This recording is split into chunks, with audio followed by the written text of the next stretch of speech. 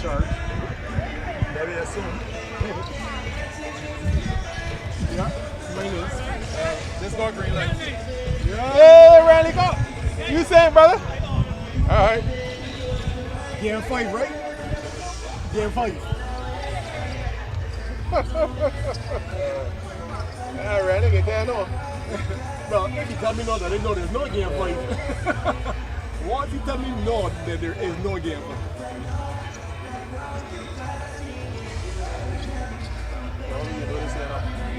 Well, clearly we got stand up. Yeah. But my thing is, you don't even got the ears to hear. Yeah.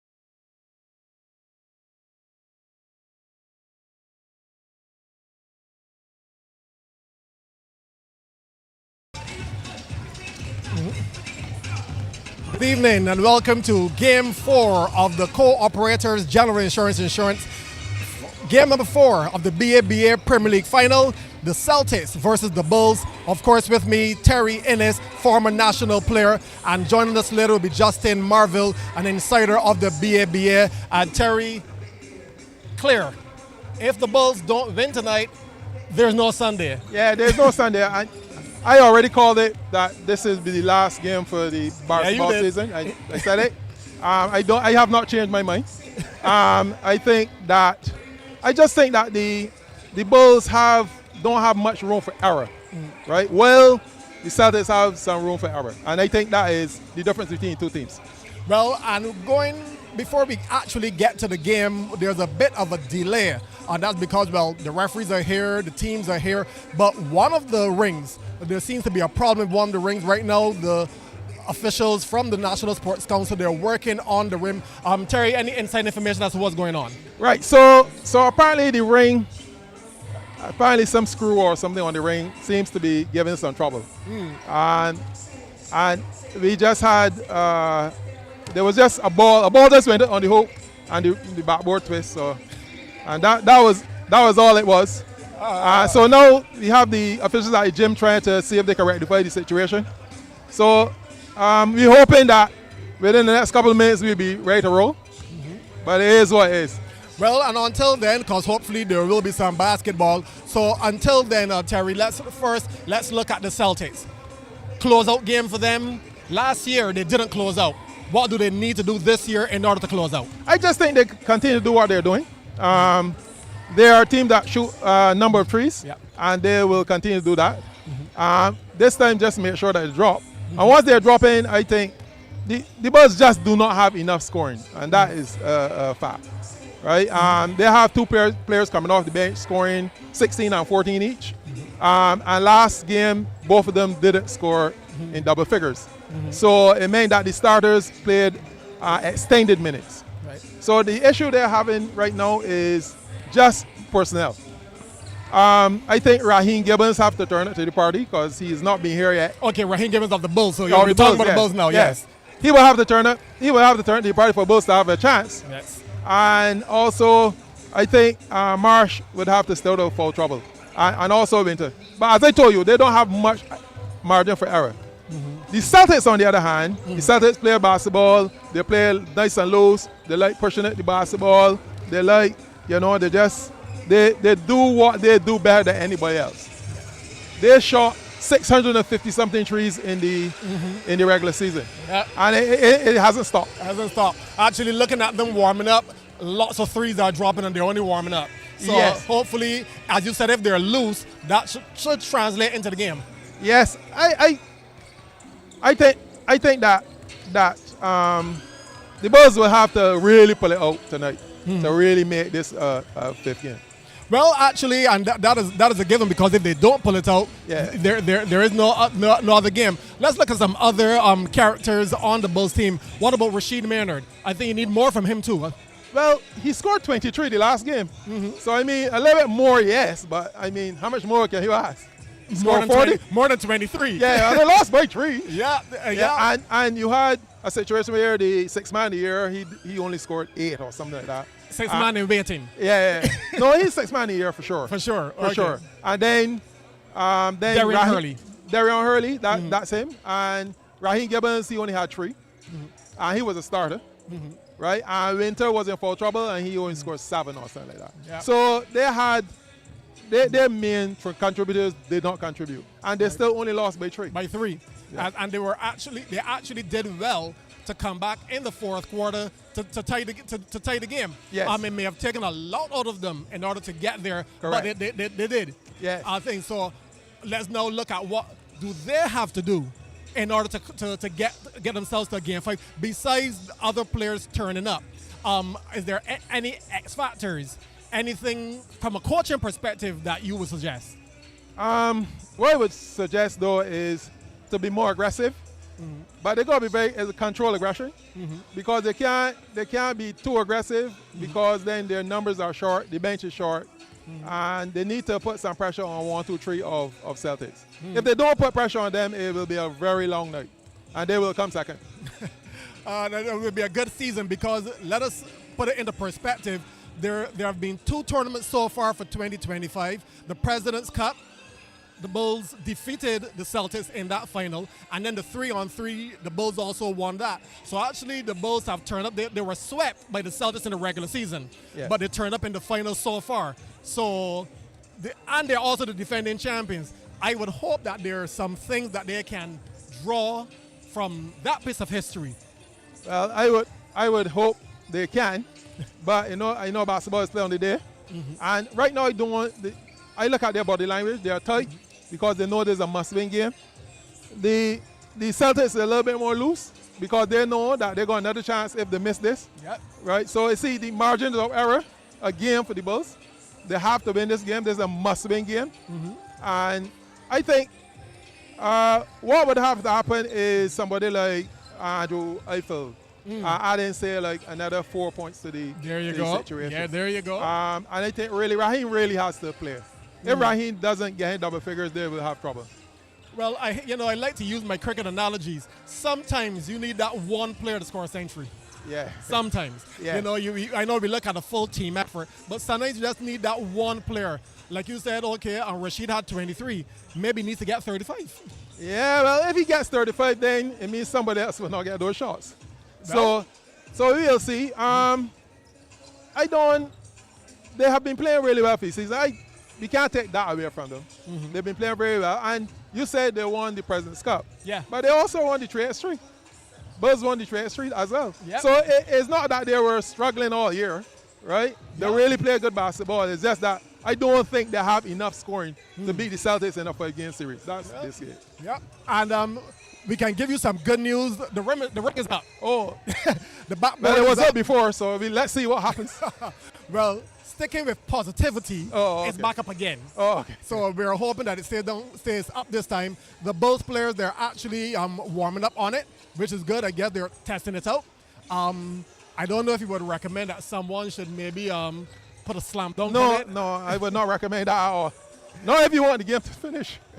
Well, but that's a good way of testing it. Because if you're only going to lay up now, and then in the game somebody gets away with all the adrenaline and everything and decides to send a message. Yeah. Well, I hope the message will be that it goes straight through with the old law in the ring and everything is fine. Okay, that's no problem. And I can see Justin Marville has arrived. Justin, if you could join us. Justin Marville, he was on the commentary team in game number 1. Here back now for game number 4. Welcome back, Justin. How you doing? Yeah, sorry to be late. Just a little rush there, but yeah, it's great to be back. Right. So your take, Terry has already put his stamp on it. It's ending tonight. Agree, disagree, and if so, or if not, why? Disagree strongly. You know, already told Terry he called it too early in game. Was that game 4? Game 4. Yeah, game 3. Sorry. Game 3.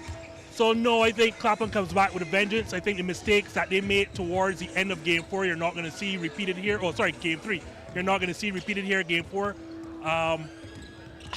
Again, and I don't know that Tyrone King is coming off the bench and going 4 for 4 behind the arc. Again, like, there's a reason you're coming off the bench, and the best players don't even do that. So I'm not sure where we sit down and see. I think City had a situation where they had like 8 threes in that third quarter.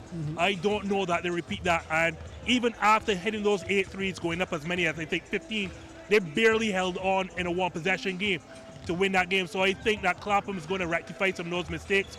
One of them is that I don't think they can afford to play man-to-man defense again. I think they're going to have to switch to a 3-2 zone and ensure that Marsh is always in the paint so he's not exposed after going out on the perimeter, because that's not what he wants to do, and that's what led to all those threes for Tyrone King. Well, we have some good news. The stadium announcer is doing his testing 1 2 1 2. That would suggest that we're ready to go. So we're quite ready for game number 4. Let's go over to the stadium announcer. Good night and welcome to Game 4 of the 2025 Cooperators General Insurance BABA Premier League. Definitely got the microphone up here. Finals. This best of 5 game series is 2 games to 1 in favor of last year's runners-up. 1 victory away from dethroning reigning champs. Now, for your 2025 BABA finalists. Looking to seal the deal with time to spare. 246 Mobile Shop, City United Celtics. All I ever wanted was a black grand national. Being rational, giving what they asked for. It's not enough. Let's get the benchmark. Number 6, Rodico Brewster. Number 9, Joshua Gibbs. Number 10, Anand Joseph Thorne. Number 12, Tyrone Heroes. Number 13, Tyrone King. Number 15, Jared Ali. Number 60, Jamai White.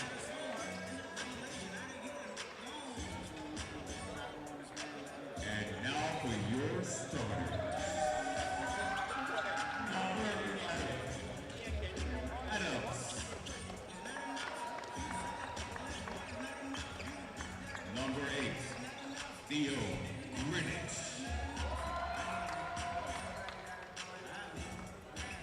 Number 5, Markelly Downey.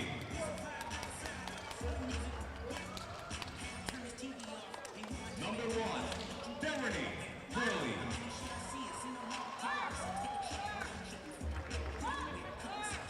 And your captain, number 7, Joel Hunt.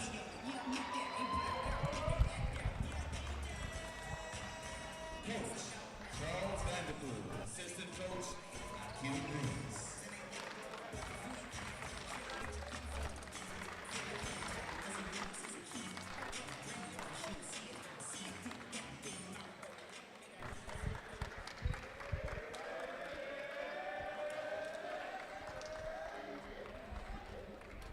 Hoping they can force a Game 5. Their opponents, the defending champions, Burger King Clapham Bulls.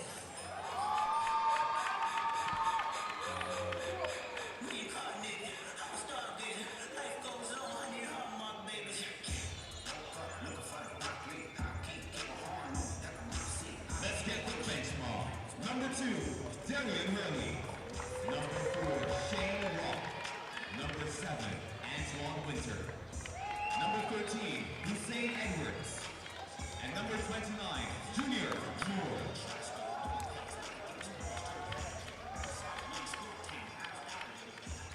And now your starters. Number 24, Aki Marsh.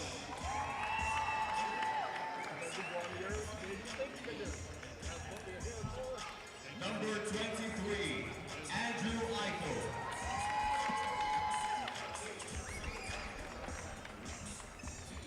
Number 11, Simeon Maynard. Number 5, Rashid Maynard. And your captain, number 1, Raheem Gibbons. Coaches, Keelan Phillips and assistant coach, Cody Leakey. Your officials for tonight, Brad Grant and Andrew Pierce. We got 3 rounds. And Richard Warren. Time, Well, there you have it, guys. As the announcer said, time to play ball. And Justin, when you look at the starting 5s that are coming up, no surprises. Changes you have made if you thought you would have on inside that you would have made. It's going to be hard to say this openly because he's one of the players I absolutely love. But I think Captain Raheem Gibbons should have come off the bench for this game and go the better offensive option in this series, which has been Darion Hurley. Like, Darion has shot the ball amazingly well from behind the arc, and unfortunately, Clapham hasn't been getting that same production from their captain Raheem. Maybe a switch to the bench may, light a fire under him, give him a chance to acclimatize to what's going on and give him that spark plug. But right now, in terms of the two are shooting, and you're not losing a lot defensively when you bring Darion to the starters. So I honestly thought that head coach Cleveland Phillips would have thought about making that change. Terry, as far as you're concerned, any real change? I mean, you did make the point that Raheem has not stepped up so far. Yes. I I would not change anything. And then reason why. It's a psychological thing. From the time you change your lineups, it sounds like panic, right? And it's just a psychological thing. So it sounds like you're panicking. If you keep if Raheem is not playing 2 minutes, he could be out, and Darion comes in, right? I don't think in 2 minutes time that the game would be lost, but I'm hoping not. This is a guy that has won multiple school league titles, so take it from him, huh? Well, this is true. You have to look at history, but when you look at history, you also history equal age. So you have Marsh, for example. He has lots of experience, but with that experience comes age, and with age comes some disabilities. But I wouldn't say disabilities. I did. That's kind of. Mark said it though. But he cannot be playing 35 minutes of a 40-minute game. Is it not at 35 on the wrong side of 35, right? But that is the problem that Bulls had all year. Is they were thin on the bench.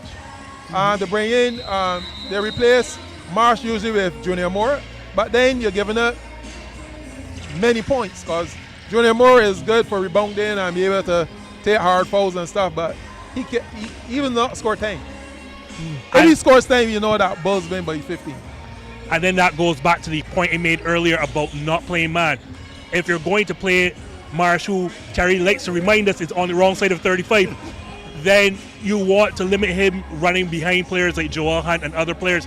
You'd want to have him stay as close to the basket so that he doesn't have to run around a lot, focus on rebounding where it comes to defensively, but you don't want to have him chasing around anyone on the perimeter. You don't want to have him close out and then still look to rebound, because as much as Clapham is a faster team, they are still a very small team. They usually deploy 4 guards and Marsh, 4 guards and Junior Moore. It's not exactly a big team. Well, I think between the two of you just listed about 7 or 8 disabilities, but maybe we don't want to use the word, but yeah, it's a situation where the Bulls they have some holes that you can punch at. Yeah, as I told you, they don't have much margin for error, but they are a proud club, and they will give it their all. Going down, even if they go down, they will go down fighting. They will not just roll over and play dead. I would be surprised if they do that. Well, like I said, Celtics did sweep the Bulls in the regular season, but so far in finals, last year and this year in the President's Cup, Bulls had the better of Celtics. So, I don't know. All I can say is it's soon time to play ball. I guess in about what? An hour and 45 minutes, we'll have the answer. Game 5, Mark. Game 5. Game 5. So, Justin says Game 5. Terry says it's going to end tonight. Personally, I want Game 5.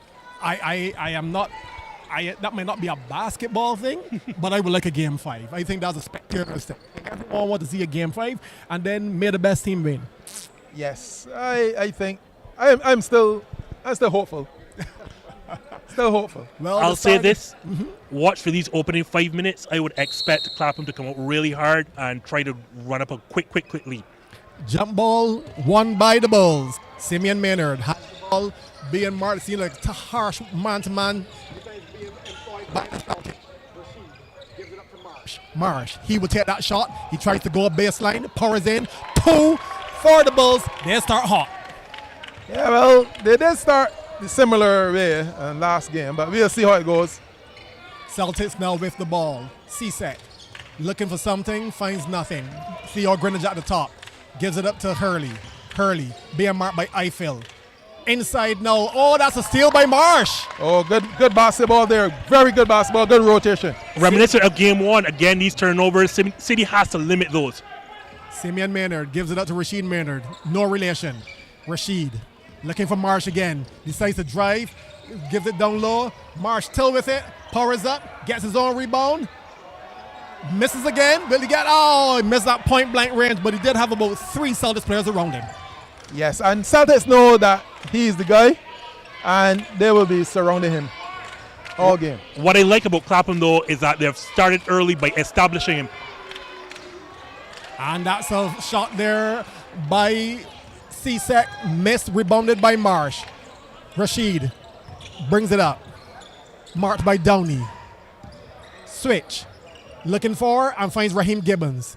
Andrew Eiffel he gets it into oh, that's 2 more down low. Clearly they're going through Marsh. If the Bulls are going to win, it's going through Marsh. Well, that would make sense. And what I like is that you're seeing all 3 of their players are loaded up on the same side, being that Rashid Maynard, Simeon Maynard, and Marsh. What you have your 2 lesser offensive options going out on the weaker side, and it's basically like they're set up a triangle. Marsh going for the steal, didn't get it. Give up a free shot there to Kazarian Adams, but he misses. Rebound by the Bulls. The Bulls lead in by 4 with 8 minutes to go in the first quarter, and they're now leading by 6. 6-love. The Celtics not yet on the board.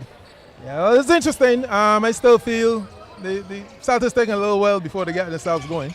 As they did in game number 3. Correct. Remember I told y'all this was going to be, look out for these first 5 minutes. Clapham will come with a blitz. And here we come now. Theo Greenidge with the ball, trying to move on Simeon Maynard. Does he succeed? At least he gets up a shot. Missed, but rebounded by Jeremy Hurley. And we have the first foul of the game. It seems like if Simeon Maynard is being called for the foul, he doesn't agree, but who does? Players seldom agree with that. But the ball is going to be staying with the Celtics. Yes, I think it was a little harsh there on Maynard, Simeon Maynard. Oh, you figured that. Oh, so therefore you were in agreement. And here we have now a substitution early on. Ooh. We have more going in for Marsh, and they were going through Marsh. Is there a problem? No, I think, like Terry said, wrong side of 35, and early, like your first 4 possessions have gone through him. So I think it's a quick trigger, quick pull, and you'll see him probably towards the end of this first quarter. Cesek with the ball. Kazarian Adams looking to drive, but his hand is held, and that's going to be a foul. Let's see who's going to be on. Andrew Eiffel said it's not him, but it is Andrew Eiffel. It's Andrew Eiffel. Pull down the wrist. It seemed to me like if that was a clear call to be made. Yeah. I noticed. You notice Kazarian Adams kept the ball really low, right? He made sure that the referee sees somebody pulling his hand. There you go. And Kazarian Adams now at the free throw line. First shot is up off the front of the rim. Celtics still not yet on the board. You know, there's a strange thing about Celtics. They're not a very good free throw shooting team. They only shoot at 69%. And here we have now the second free throw. Will he get it in? Will the Celtics be finally on the board? Bulls leading 6-love with 7 minutes to go in the first quarter. And the first shot is in for the Celtics. They're on the board. Yes, that is Kazarian Adams, 1 or 2. Andrew Eiffel bringing up the ball for the Bulls. Give it to Rashid. Rashid drive into the hole. Will he get it up? But he's blocked there by Kazarian Adams. Hurley now running the ball for the Celtics. Held up. He's going to try to take on Simeon Maynard. Pulls it back. Still going to try. Pulls it up again. This time he takes the shot off the rim. The ball is rebounded by Hunt of the Celtics. And we're going to have a jump ball where Junior Moore got down on the floor. The big man getting down, putting everything on the line. Guys, I don't like what Clapham is doing defensively. They've not learned. They've given up 2 offensive rebounds. And again, it's part of the reason why their big men are playing man-to-man. Joel is not playing the paint. So it means that Junior Moore and Akeem Marshall was in earlier are away from the paint. You see it again. Joel is out on the perimeter. Thankfully, this time Clapham crashes. Another three-point attempt by Hurley is missed. Running the ball is Simeon Maynard, and he is fouled. But, that's a technical as Kazarian Adams bum rushed the referee, and he was having none of it. Yes. 2 things. I thought that Simeon Maynard would have gotten an Oscar for that performance. He looked like if someone hit him. I'm not sure if somebody did. And then Kazarian Adams made it worse by rushing to the referee. So the referee will call a foul on someone, and then he will call a technical. It means that Maynard will be shooting 2. 2 points good. 2 points good. No foul, but still a technical. Okay. Correct call? Yes, I'm with it because agreed, understood that the wrong call may have been made, but you're in the finals, and we saw it with head coach Keelan Phillips from Clapham losing his emotions. Like, just keep your emotions intact. There are 3 referees on the floor. They're probably going to get it right. They can review. They can talk to each other. They did talk to each other. They got the foul rectified, but now you've given it a silly technical and also possession. You didn't seem convinced that maybe you should have pulls back on the technical. No, he gave the technical. Is that he didn't? He said the foul. There wasn't a foul. Okay. Right. Gotcha. So it was just a little over exuberant. I think on both sides. I'm calling the foul and then giving the technical. Okay, so with 6:40 to go in the first quarter, the Bulls are leading 9-1. Low-scoring game. Yes. As we have Kazarian Adams, look at the drive, pulls up, get the little baby floater, and that's 2 more to him. So he has all 3 points for the Celtics. They're down 9-3. Bulls with the ball. Simeon Maynard looking for Rashid. Rashid gets it, looking to go inside. Instead, no. Switch with Junior Moore. Will he give it to Junior Moore? They don't think so. He's going to pull up baseline jumper, misses everything. But Moore gets the ball, and he gets 2. The Bulls now leading 11-3. Yes. Well, Junior Moore gave you 2 points. You should be happy. Junior Moore marking up top. No, he's back now on Joel Hunt. Hunt looking to take on Moore. Gives it up instead. Gives it out to the side. We're going to have Downey. Downey looking to drive. Gives it up. Shot on. And that's 3. 3 now to Hurley. And the Bulls are really pulling this on now. They're now just down 11-5. As I said to start the broadcast, I don't want to continue harping, but I think Clapham is missing a trick by continuing playing man-to-man. It's not working out for them, especially when you're using somebody, Junior Moore, who is almost, if not older than Hakeem Marsh. At some point, I think this team needs to employ a 3-2 zone. I understand you're concerned about giving up perimeter shots, but you don't have the personnel in the back line to stay with Joel Hunt when you're going big. And we have a substitution being called in, and it seems like they're just giving quick turnarounds there for Marsh, because he's back on the floor. Yes. I think what they're trying to do is, don't let him run too long, which is not a problem. Okay. I'm just a little worried about how Celtics approaching this game. This thing is not over. They need to play. I have a problem with you saying that you're worried. Yeah, I'm worried. I'm not concerned. Like Celtics my pick, so I am worried. This is a make or miss team. Like they live and die by the 3, as both of y'all know very well. So we saw like they went down as many as 13, then hit those barrage of 3s in the third quarter and got back in this game. So it's just going to matter when these shots start to fall for them. Celtics now with the ball, gives it up to Hunt. Hunt down low, look at the drive. I think that's going to be out of bounds. Definitely he fell there. He's going to complain to the referee, but I think he fell there, and good call by the referee. He just went out of bounds. Yes, I think that was a very good deal by Marsh, who usually fouls in those situations. He did it this time. Rashid Maynard blocked by Kazarian Adams. Awesome block. Back the other way, gives it up now to Downey. Downey driving in, and he gets 2 easy points. And the Celtics now, they're just down now 13-8. That's a rare transition opportunity for Celtics. That's not their game. Even though they have all these small players on the court, like they really want to slow it down and take a lot of 3s. Marsh, double team. I was going to say no problem, but then he put it too hard off of the glass and was too hard. But then Celtics coughing it back up. Bulls with the ball. Simeon Maynard drives, pulls up for the baseline jumper, misses, rebounded by Marsh. Marsh is going to power up, and he gets the foul. He didn't get the basket, but he got the foul. Yeah, Marsh's yeoman service on the inside.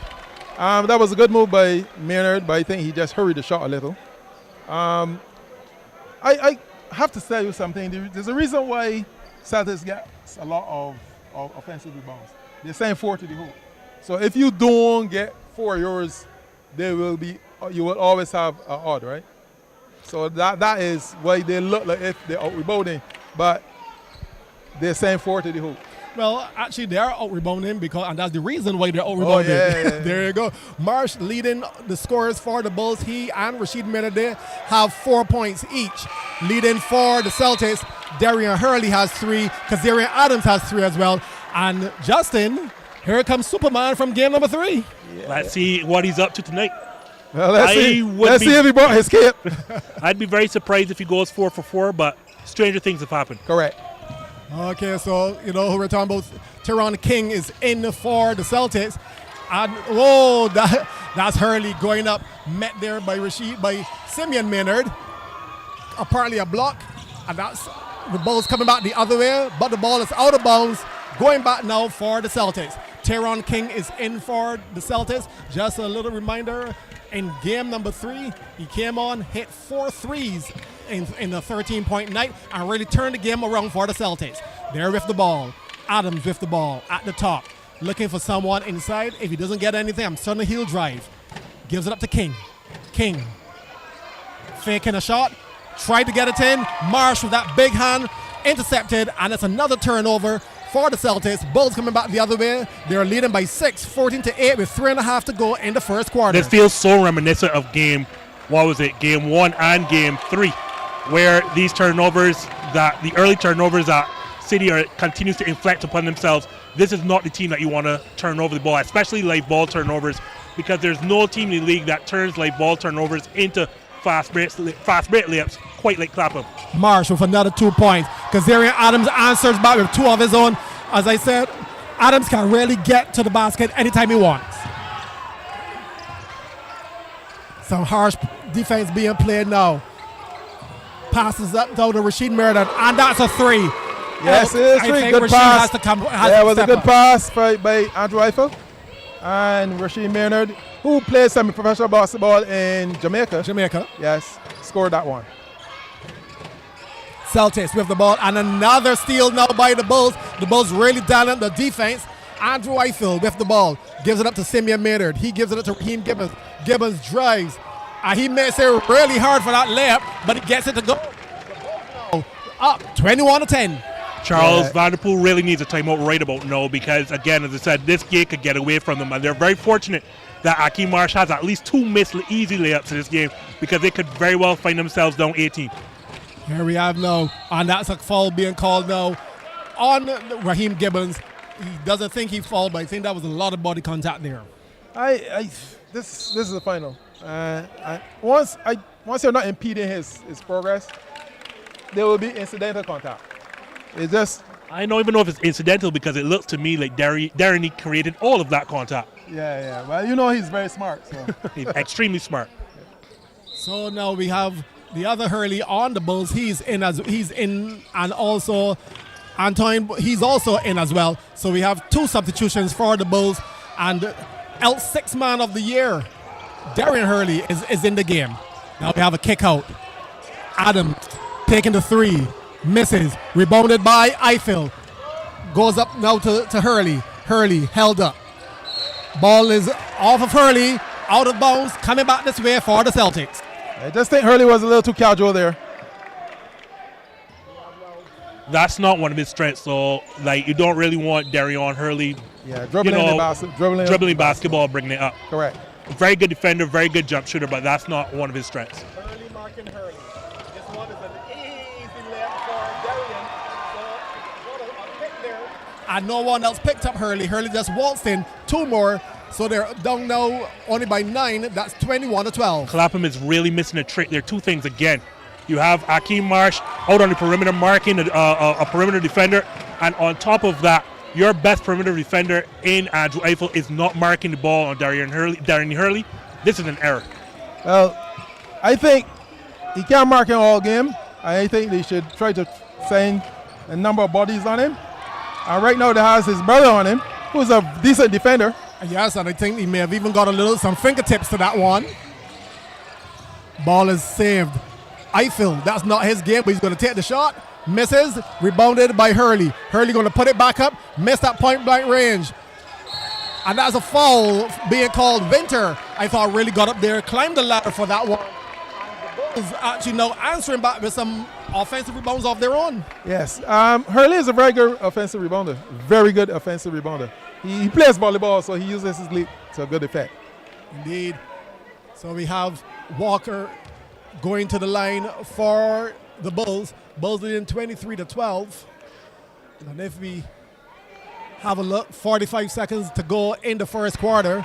But of course, we can't get too excited as we see Walker missing the first free throw, because the Bulls were actually leading in game number 3 as well. At halftime, they think they were 9. Yep, and again, City is very fortunate only to be down, 11 right now. Marsh has 2 easy missed layups. They're missing a bunch of free throws here. Well, and Marsh does have, he's leading all players with 3 rebounds.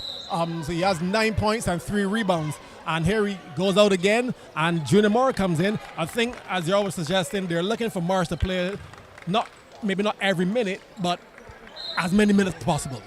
I think you just want to capitalize the minutes that he is on the floor. So you're just going to keep giving him short bursts.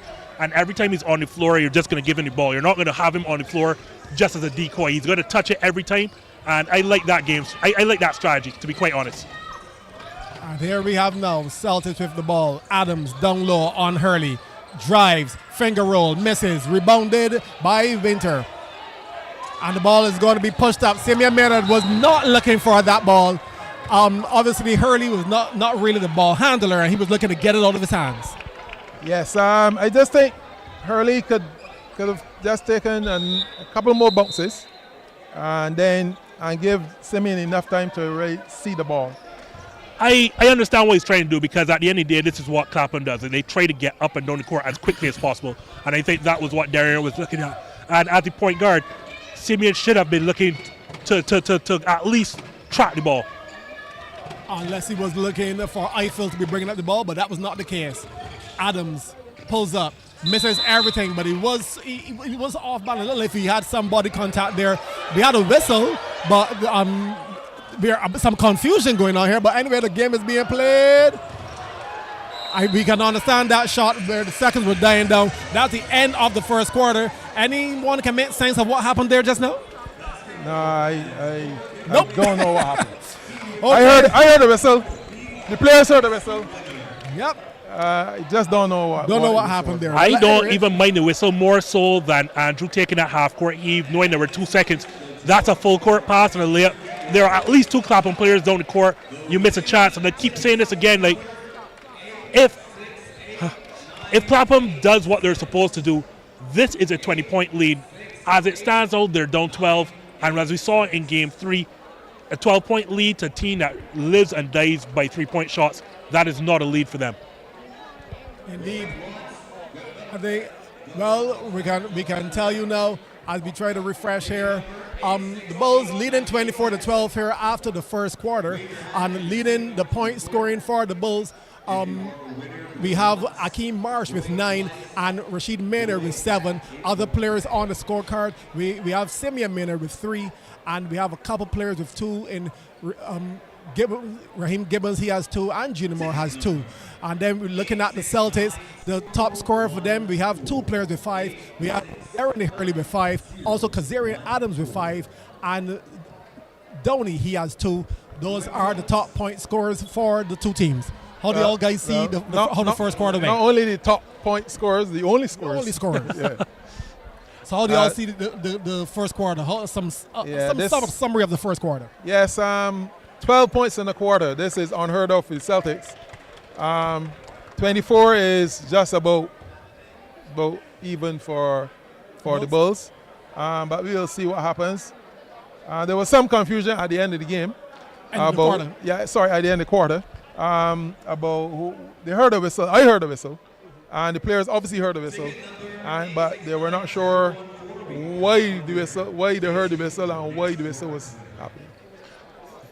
So over here in the referees behind me, it was a stop clock violation, and I guess part of that clock isn't working, so they use a whistle to alert the referees on the floor that it was a shot clock violation. Obviously, then the ball changed hands, and I guess a couple of Clapham players caught wind and, advanced the basketball. Unfortunately, though, Andrew Eiffel just had ill-advised heave instead of making one more pass and a layup. So we have players coming back on. Obviously, we will have to break for the lottery. That's in about 6 minutes. Or so. We'll just have to break for the lottery and then come back. But until then, we're going to have a start to the second quarter. Bulls are leading by 24-12, and on the court we have both Maynards, we have Winter, we have Hurley, and we have Marsh for the Bulls. While for the Celtics, are there any substitutions coming in for the Celtics there? Yeah, there's Brewster. Yes, Brewster is in. Brewster, it is Hurley is there. Hurley. Hunt is there. Hunt. Yes, Kazarian Adams is also there. Theo Greenwich is there. Yes. Yes, so that's one substitution there for the Celtics, but it will be Bulls ball at the start of the second quarter. Simeon Maynard being marked by Greenwich. Finds Winter. Winter looking to go down low to Rashid. Rashid dribbling, goes baseline. Lovely move there by Rashid Maynard. Yeah, that's a move of a pro. Very much so, and this City team is extremely undersized, so anytime they go to basket with Marsh and or Rashid Maynard, it's likely 2 points. And there we have a fast break points there by the Bulls as well. We didn't get much of that from the Bulls in the previous game, but clearly that is about the third time that I see that they have gone for the long pass trying to catch the Celtics defense napping. Did they call them napping? Have I missed something, or has City refused to call a timeout through this entire situation? Well, they did. Bill, I would assume that they had a very deep conversation at the end of the quarter.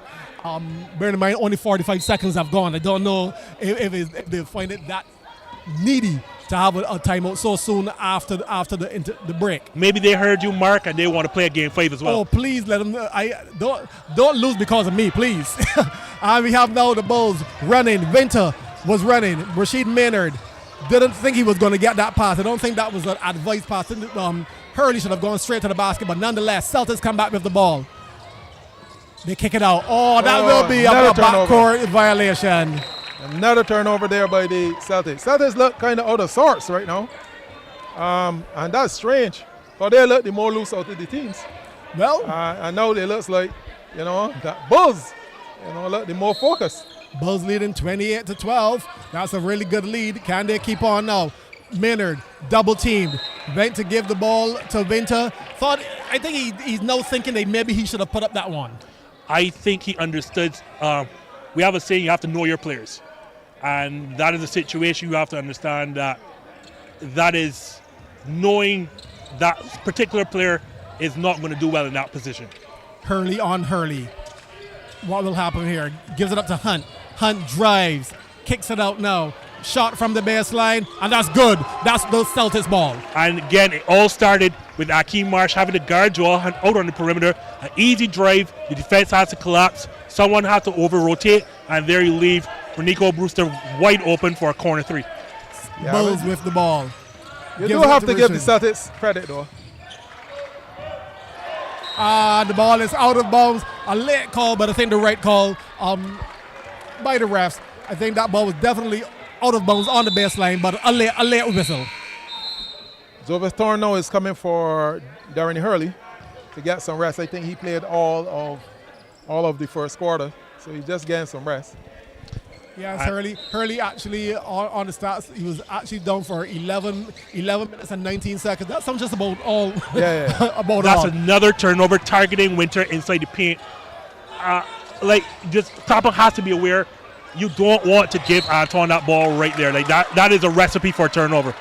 And I think Clapham is asking for a timeout right about now. Yes, we're going to get a timeout there by the Bulls.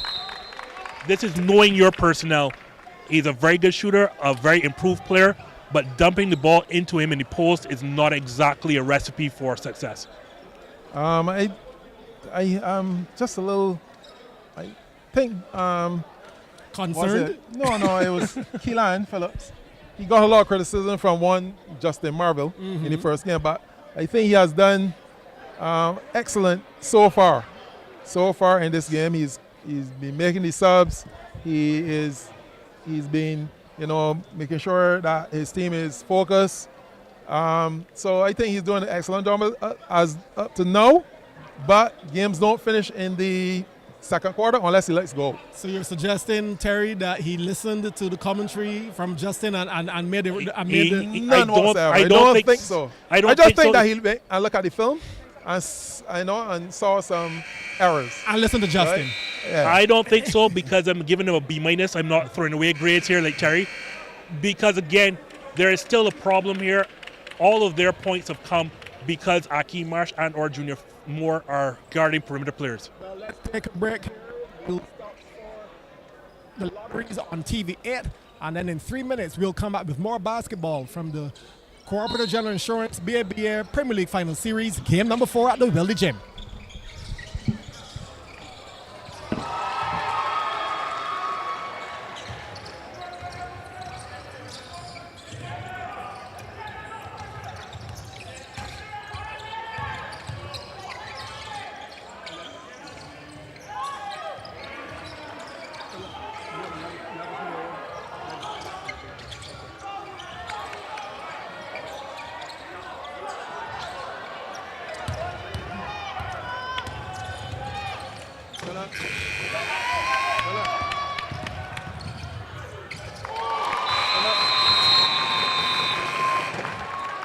Fill up.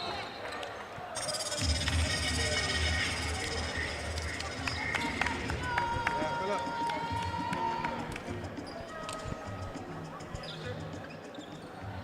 Yeah, fill up. You hear me? Right. So remember that they're going to the laundry. And they do time out here for us. So let us know as soon as the laundry finish, let us know. We need a cue. You got it? Pardon me? Yeah, this 30. Right, as soon as the laundry finish, yes.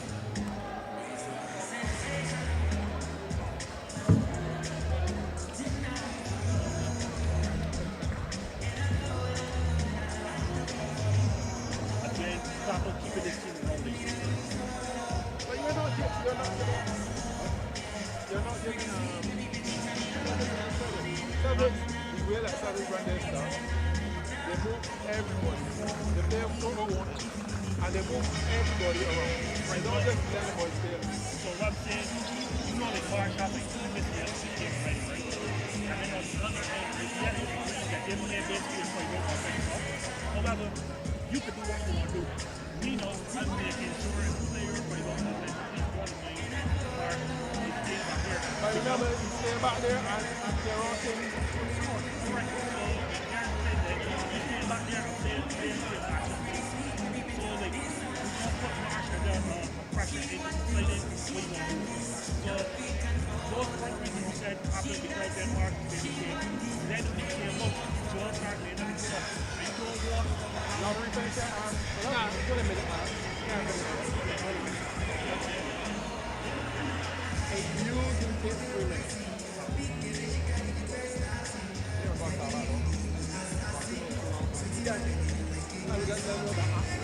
Let them start by, we would let them in. Once we get the key.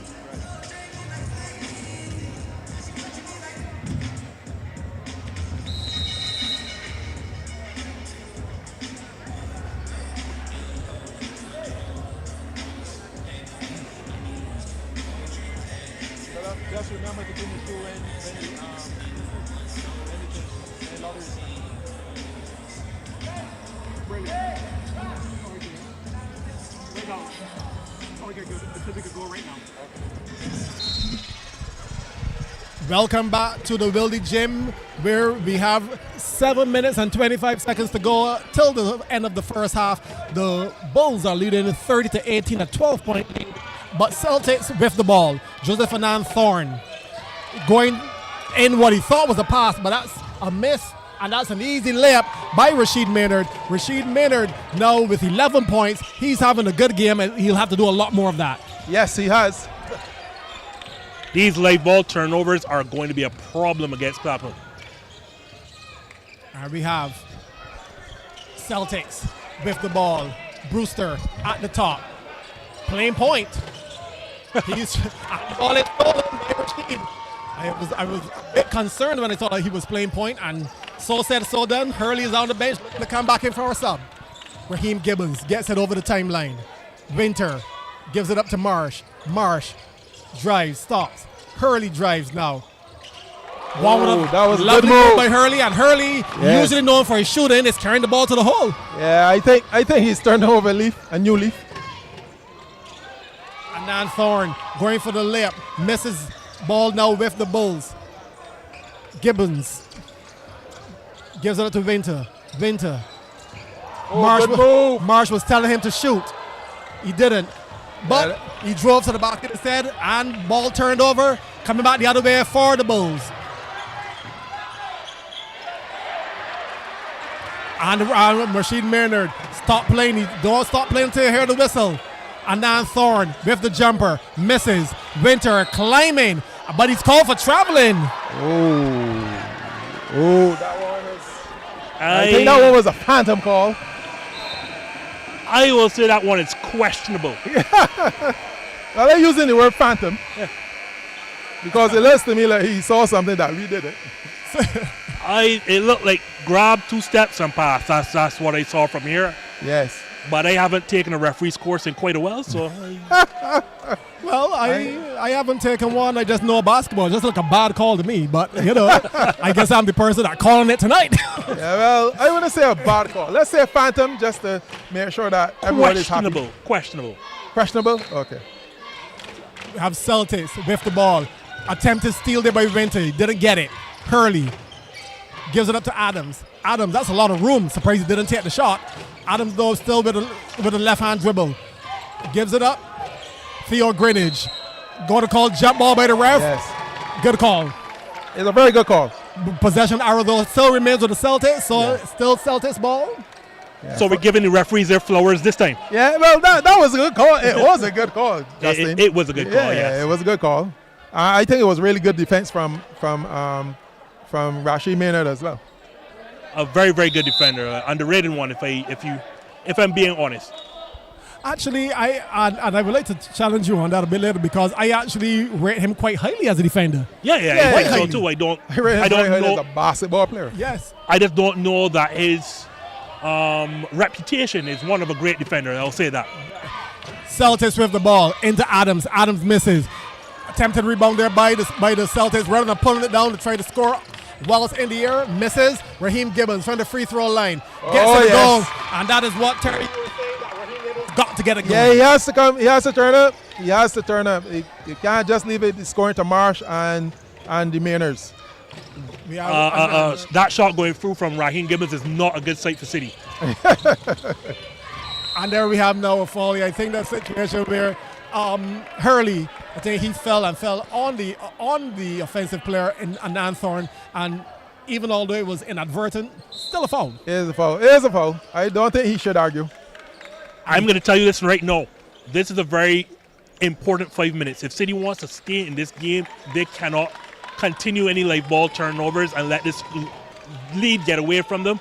And if I'm clapping right now, I'm putting down the claps. And thankfully, Keelan Phillips has finally listened to me. Oh, no, he hasn't, because they thought he was putting Andrew Eiffel on Darren Hurley, but he has not. Well, Eiffel is in indeed, but he's on Anand Thorne. And have Gibbons, he's marking Hurley. And actually, it looks like almost like a zone defense that the Bulls are playing. We have to see it when they come back up again, but that actually mimicked a zone defense. And we have Junior Moore looking to dribble the ball. He's not a ball handler. The ball is going to stay, though, with the Bulls. But he's not a ball handler. I think someone should actually have been there to get the ball from Junior Moore. I don't think Clapham is aware that they have to get the ball over the timeline quickly, but they did. And we have Rashid Maynard now with the ball. Eiffel over to Gibbons. Into Moore. And the ball fouled, though, by... Ball fouled by the Celtics. I love it, no, Mark. Being called for a foul. There is a lot of talking, no. You know me, no, Mark. It was too friendly in the first 3 games. This is what I'm here for. This is why I came up late for. I didn't turn up for high fives and pulling guys. Yeah, they're getting kind of chippy right now. Oh, that is basketball. Yeah, because, That's when you don't 18, you should get chippy. Well, Bulls leading 36-18, 4:37 to go till the end of the first half. Winter with the ball. The lefty gives it up to Gibbons. Gibbons, look inside, fight no one, keep the dribble. Still with the dribble, gives it up to Eichler. Gibbons gets the shot. In the old days, that was his shot. Off the front rim this time, though. Junior Moore with the ball. Trying to pass it from his knee. No, this is what I come to see. Andrew Eiffel on Darren Hurley. Eiffel on Hurley. Still on Hurley. Has to give it up. Adams would know with the ball. Winter trying to stay with Adams. Gives it up to Hunt. Hunt fakes the jumper. Drives off the glass, miss, rebound by Winter. Gibbons now playing point for the Bulls. He's coming up as Simeon Maynard comes to the bench in order to get a substitution. But for now, it's Gibbons playing point. He's marked by Thorne. Takes up the dribble, has no one to give it to. And stolen. He really picked up that one of way too early. Turnover. I was steal. I was just about to say that Clapham needs to bring back Simeon Maynard, but he's there waiting on the bench. So that's a three-pointer by Aline. Aline, as we said, all of these Celtics players can shoot the three. So you back off on others and they'll take the ball for you. Junior Moore double teamed, but Yes. he's fouled as Hunt went to get the steal from the double team. Yes, it is obvious what Bulls want to do, and it is also obvious what Celtics wants to do. Celtics will remain shooting their threes. They will not stop. Sometimes, though, I think that should try to see if they can get a couple twos, but it is their game, so just keep doing their stuff. Bulls with the ball. Rashid Maynard, the jumper. I think Rashid Maynard is determining for himself. I'm going to do it myself if I have to. I think that was a problem for Clapham also in Game 3 when they watched all those threes, rain in. They kind of lost a trick, and I don't think Rashid touched the ball for like a 5-minute span in the third quarter, and that can never go well for you. Another rebound there by the Bulls. The Bulls are really pulling in the rebounds.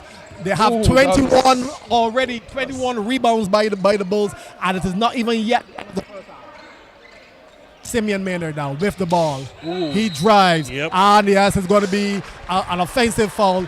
Charge a hard screen there by Junior Moore. Well, I think Junior now will probably get a sub.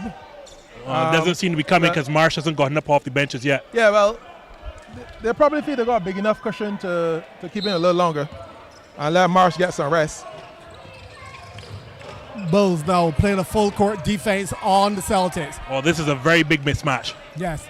Darren here, I think they're playing, it looks like if they're playing almost like a 1-2-2 zone defense. Yeah, Or- they're in a minor of 3-2 zone here. Yeah. They're in a 3-2 matchup zone, which has been calling for. Oh, that is real good D. Very Yeah. good By D. Winter. Winter by Winter, Yeah, held a hands straight up posture. high. Hands up Law high. of verticality. Rashid Maynard with the ball. Looking for someone, finds Junior Moore at the top. He is going to lob it to Andrew Eiffel. Eiffel on the baseline. Gives it up now to Winter. Winter, baseline jumper. That's good. That is his game. Winter. That is his game, Mark. You don't want to dump it in the post. You want him to spot up and take those uncontested threes. That is what Antoine Here. Winter's good at. Hurley tries to answer. Misses. Ball still corralled up by the Celtics. Adams driving. Finger roll. Misses. Rebounded though by Hunt. He misses. Rebounded by Maynard. Maynard having a monster of a game so far. He's looking really good. 13 points and now 3 rebounds. Ball. Will it be saved? Yeah. Climbing the ladder to get that one. Rashid Maynard dribbling. Trying to go in and they call for jump ball as he is held there, but I think the possession arrow remains with the Bulls. Yes, it's interesting.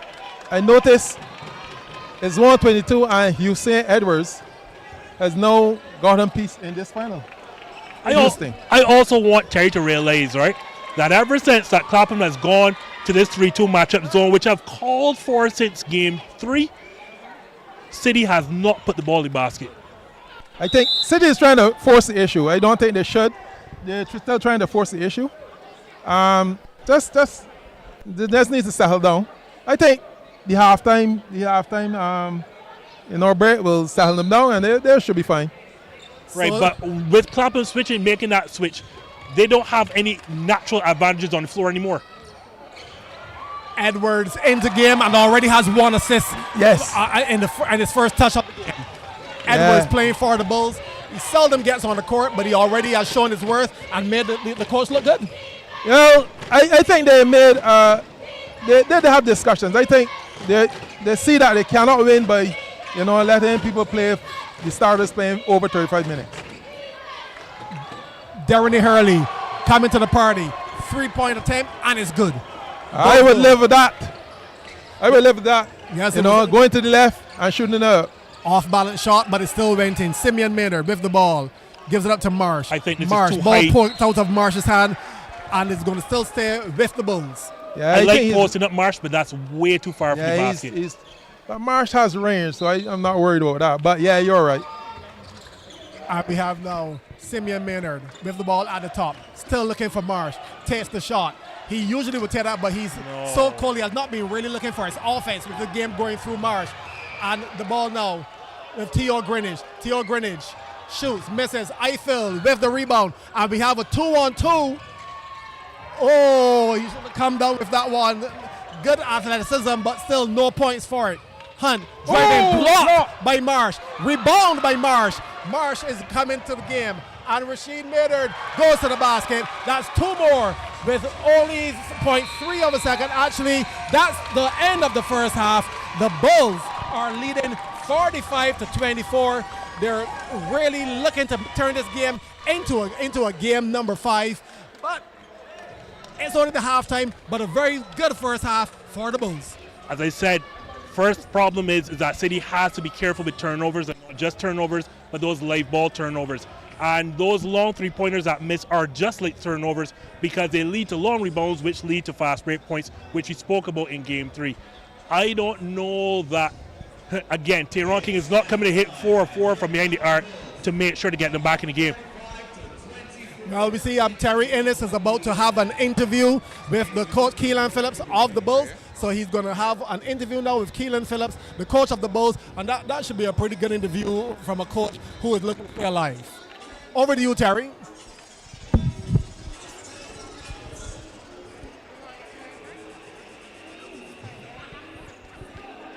Okay, Keelan, what are you seeing that you didn't see the last game?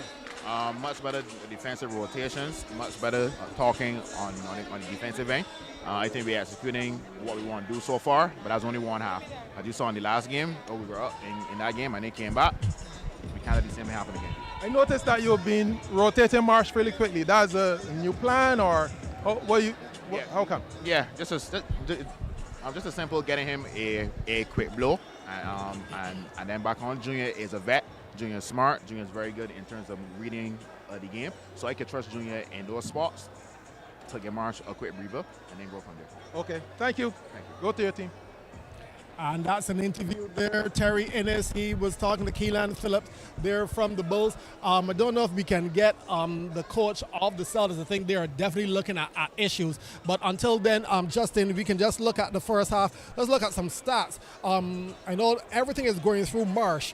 Marsh has 9 points, and also as far as the rebounds are concerned, he has 5, which is good. But I don't want to talk about Rashid Maynard. He has a game high so far, 15 points, and as far as the rebounds are concerned, he has 3 rebounds. Big first half for him. I think Clapham got past the fact head coach Keelan Phillips was making too much of the fact that he wasn't getting fouled, or getting foul calls, and he wasn't getting to the lane. I think they realized how this game was being called. You and I spoke about that in Game 1.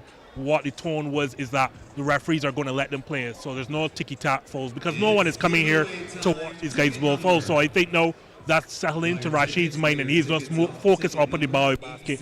He's done a good job attacking the basket, and not just that, but again helping to get out in transition, and that is Clapham's game traditionally. And Terry, you were interviewing the coach Keelan Phillips. Is he confident that they can hold on to this lead and go on to a game? I wouldn't say confident, but I would say that he says that he's now trying something different, like making faster rotations, so that so that he would have his big guns fresh at the end. Because I think one of his problems was that at the end, his big people were, the people that scored were tired, right? So he's addressed that. But I also think that Celtics helped them. Celtics is not really executing well. They look kind of out of sorts. I don't know why. They're up 2-1, right? And they have the ability to get scores in bunches. So I don't see why. There's no need to panic. You're down 21, but what I be telling my team is we won't be like round 10 at the fourth quarter. And once we get that, a lot of nervous people start preparing for the other side. And then, anything can happen from there. And I'd like to talk about that, Justin, because indeed, as we saw even in Game 2, the Bulls seemed to have panicked when they had such a big lead, and then they were up by only 5 with 51 seconds to go, and then Darren Hurley came and hit 2 3-pointers, and you could see nerves on the Bulls' face. Yeah, you can see. I mean, again, these two teams are very evenly matched, so at some point a run is going to come. For City, for them to get back in this game, we talked about all these turnovers, especially the ball turnovers. To counter that, just put the ball in your best player's hand, and that's Darren Hurley. And I think too often when it goes to someone else to bring up the ball or to initiate their offense is when you're seeing these turnovers, making inexcusable or not very smart passes. just like in Game 3, I think that you're going to have to start and everything is going to have to go through Darnay. He doesn't have to be the person to score the basketball, but he has to be the person to facilitate everything. Have him bring the ball up, have everything start with him with the on-ball screens. I do know that Clapham is going to hedge hard and try to force it out of his hands, but Darnay has to be smart and realize, like, for them to get back in the game, it has to be with the ball in his hands. Terry, one of the missing players for me is Joel Hunt. Yeah, I actually didn't even know he was playing. He is a contributor on both sides. He's a regular double-double contributor. Yeah, correct. I just think they're a little bit out of sorts. Or they may just be thinking, about the celebration before the game. But, that's always a very dangerous thing to do. Yeah. But I still have confidence that Celtics will make a game of this. I still feel they can come back and win this game. And what, Terry? Win Game 4? Win Game 4. I have that confidence. They have the ability to shoot. Once you have the ability to get those shots, then, you never know. But let's put it this way, Justin.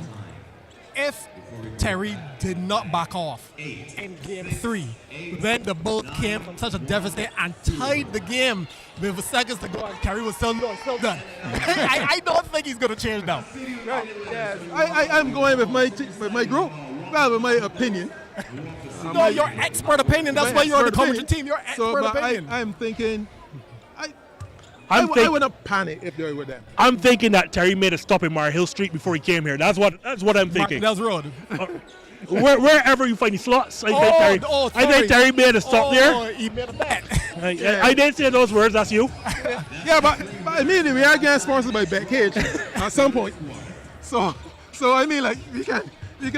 But no, I just think that my opinion of the Celtics, they just have the right combinations, they have the players, they just need to execute, right? And I know they're going to execute in the second half. And with that execution, it has to start with your best player, your point guard in Darnay Hurley. Anything else is a recipe for disaster, in my opinion. Yeah, but the issue is going to be that Darnay will have to play at 6 minutes. Now, if he has to play all of the second half, then you might have some issues. He's a young fella. He should be okay. I think he can play the entire second half. Yeah, he could play the entire second half, but what quality? Okay. Well, I was thinking. He has the ball in his hand 90% of the time. Well, yes, indeed. And if he doesn't, well, for me at least, he needs to get it over the line. But once he gets it over the line, he has offensive help. I mean, he has Kazarian Adams. I think that is a worthy assistant. Correct. You have Theo Greenidge. And I'm still saying Joel Hunt, the lefty, he is a troublemaker when he carries the ball to the basket. Many basket and fall, he gets many and ones. What I will say is, if you want to get Joel Hunt involved, right, I think the best way to go is with, if Akeem Marsh is guarding him or Junior Moore, have him be the person sending the on-ball screen for Darnay. And then you're going to put those two bigs who do not want to defend on the perimeter, you're going to expose them. They're going to have to come out, and then he's attacking a bunch of smaller players. The tallest player after Junior Moore, Akeem Marsh, and what? Winter, yeah. Winter, and you're not going to play Winter at the same time with those two players, so you're playing a bunch of guys who are around 6 feet or under. They're not going to guard Joel Hunt at the rim. So I honestly feel to get Joel going, you want to put him as a person to set the screen. It's going to be a little harder with Kazarian, because you don't really want Kazarian going one-on-one, because we just spoke about Rashid Maynard is a very, very good defender, very underrated defender, and just going at him one-on-one is just not going to work. You're going to have to get the ball moving in that situation. So put Joel Hunt at the top, set a screen, and then get the ball to rotate quickly where you're having people then, when the ball gets to Kazarian Adams, the defender is coming closing out. And that's easier for a player then to attack a closing out player, because you have so many options. You could drive right by him, you could pull up if he stops short. Terry, I know you have always said that your best advice for Bulls to win the game is that Celtics will have to lose it. But beyond the Celtics having to lose it, what do you think the Bulls have to do besides the Celtics losing it? Just continue to do what they're doing. They're pushing the ball inside. They're rotating the players. Just continue doing that, and make sure understand that there will be a run, and you have to soak it up and then respond. Well, I want to challenge both of you and I want both of you to comment about this one. Maynard, Simeon Maynard, I mean, he is an offensive-minded player. Because it seems as if the ball is going through Marsh or Rashid, he seems to be shy to shoot the ball. He needs to get into this game offensively. I would just say let's go with the natural floor of the offense. Don't force anything. Because then when you start forcing it, again, when you take these threes lead to long rebounds, and you don't want City to get at least easy baskets in transition. That's not their game plan, but you don't want them to get into that way. So I would say if the shot is there, take it, but don't look to force your offense. But Simeon also drives to the hole. Right, and again, if it is there, right now it is working with pounding the ball into to Marsh, and then on the other side when you swing weak side, and then Rashid is going one-on-one, that's working. If it comes back to you then and you're open, then take those shots, but I would say don't force the issue unless, of course, you're in transition. I think that is where if Simeon is supposed to get involved in the game, let him attack in transition. But in half court right now, going through Marsh, going through Rashid, that's working, so don't force the issue if it's not there. Well, just to give you a game reset as the second half is about to start, just to remind you, the Bulls are leading the Celtics 45-24. And remember, once the Celtics win, it's championship night. If the Bulls win, we're back here for game number 5. Second half has begun. Celtics with the ball. We have Hurley at the point, as expected. Adams taking the shot. And that's good. That's a 3 by Kazarian Adams. And is that a sign? Yeah, that seems to be a sign. Let's go and see what happens. And we have now Simeon Maynard with the ball. Marsh at it fairly high. Turnover. Celtics coming back the other way. Kazarian Adams again. Over to Theo Greenwich. He takes the 3, misses, but rebound by Downey, and we have a foul. So it's a good start there. We have a good start there by the Celtics here in the second half. The same thing I just told you, Mark. You don't want a situation where Simeon is forcing the action. That's what led to that turnover, going 1-on-2 or 1-on-3. Just go the natural floor of the offense. I didn't like Marsh coming so high for the basketball, so hopefully Keelan Phillips can make that adjustment. Here we have now a nice layup by the Celtics, and the Celtics have scored on 2 occasions now in the half, and the Bulls are not yet on the board in the second half. But like we said, let's see what will develop. I like the start for City, and again attacking with Akeem Marsh having to defend somebody out on the perimeter. Marsh, the shot, missed, rebound by the Celtics. Hurley gives it up to Hunt. Hunt kicks it out to Downey. Over to Greenwich. 3-pointer, missed, but the ball rebounded by the Bulls. It may be a miss, but I absolutely love that possession again. Compromising Marsh, putting it in the on-ball pick. Breaking it down, they got a wide open 3 that just missed. And as we know, this is a make or miss league. Yes, and now that is Simeon Maynard with a 3. Like I told Mark, if it comes in the flow of the offense, then take it. But don't force the situation. Shots are going to be there because City has to overreact to Marsh and Rashid due to the lack of size and having to deal with those 2 players in the paint. Here we But have the defense is now really stepping up. And guess why? Because you put your best player on Darren Hurley. And it did not make a difference. And now another 3-pointer by Hurley. Like I said, this is not going to be an easy win for the Bulls. And we have Simeon Maynard driving, but not being able to convert. He really needs to get his mind into this game. As I told you, Mark, I don't like him forcing the action. You get it to Marsh, you get it to Rashid in this situation. City has to overplay, has to overreact because of their lack of size. So get it that way, but don't force the action. The points will come. You will get open looks in this offense. Yes, I agree with you there, Justin. For the first time in, I think, for a year. And here we have is that a basket and a foul? No, that's an offensive foul. No, I think he called Marsh. traveling, and that's not a good call. Travel was the call. Traveling? Oh dear. I will not say a phantom. Those are 2 suspect calls, but yeah. Here we have Adams with the ball for the Celtics. He takes the shot, missed, rebounded by Rashid Maynard. Maynard now coming up slowly, gets it over the timeline, being marked by Greenwich.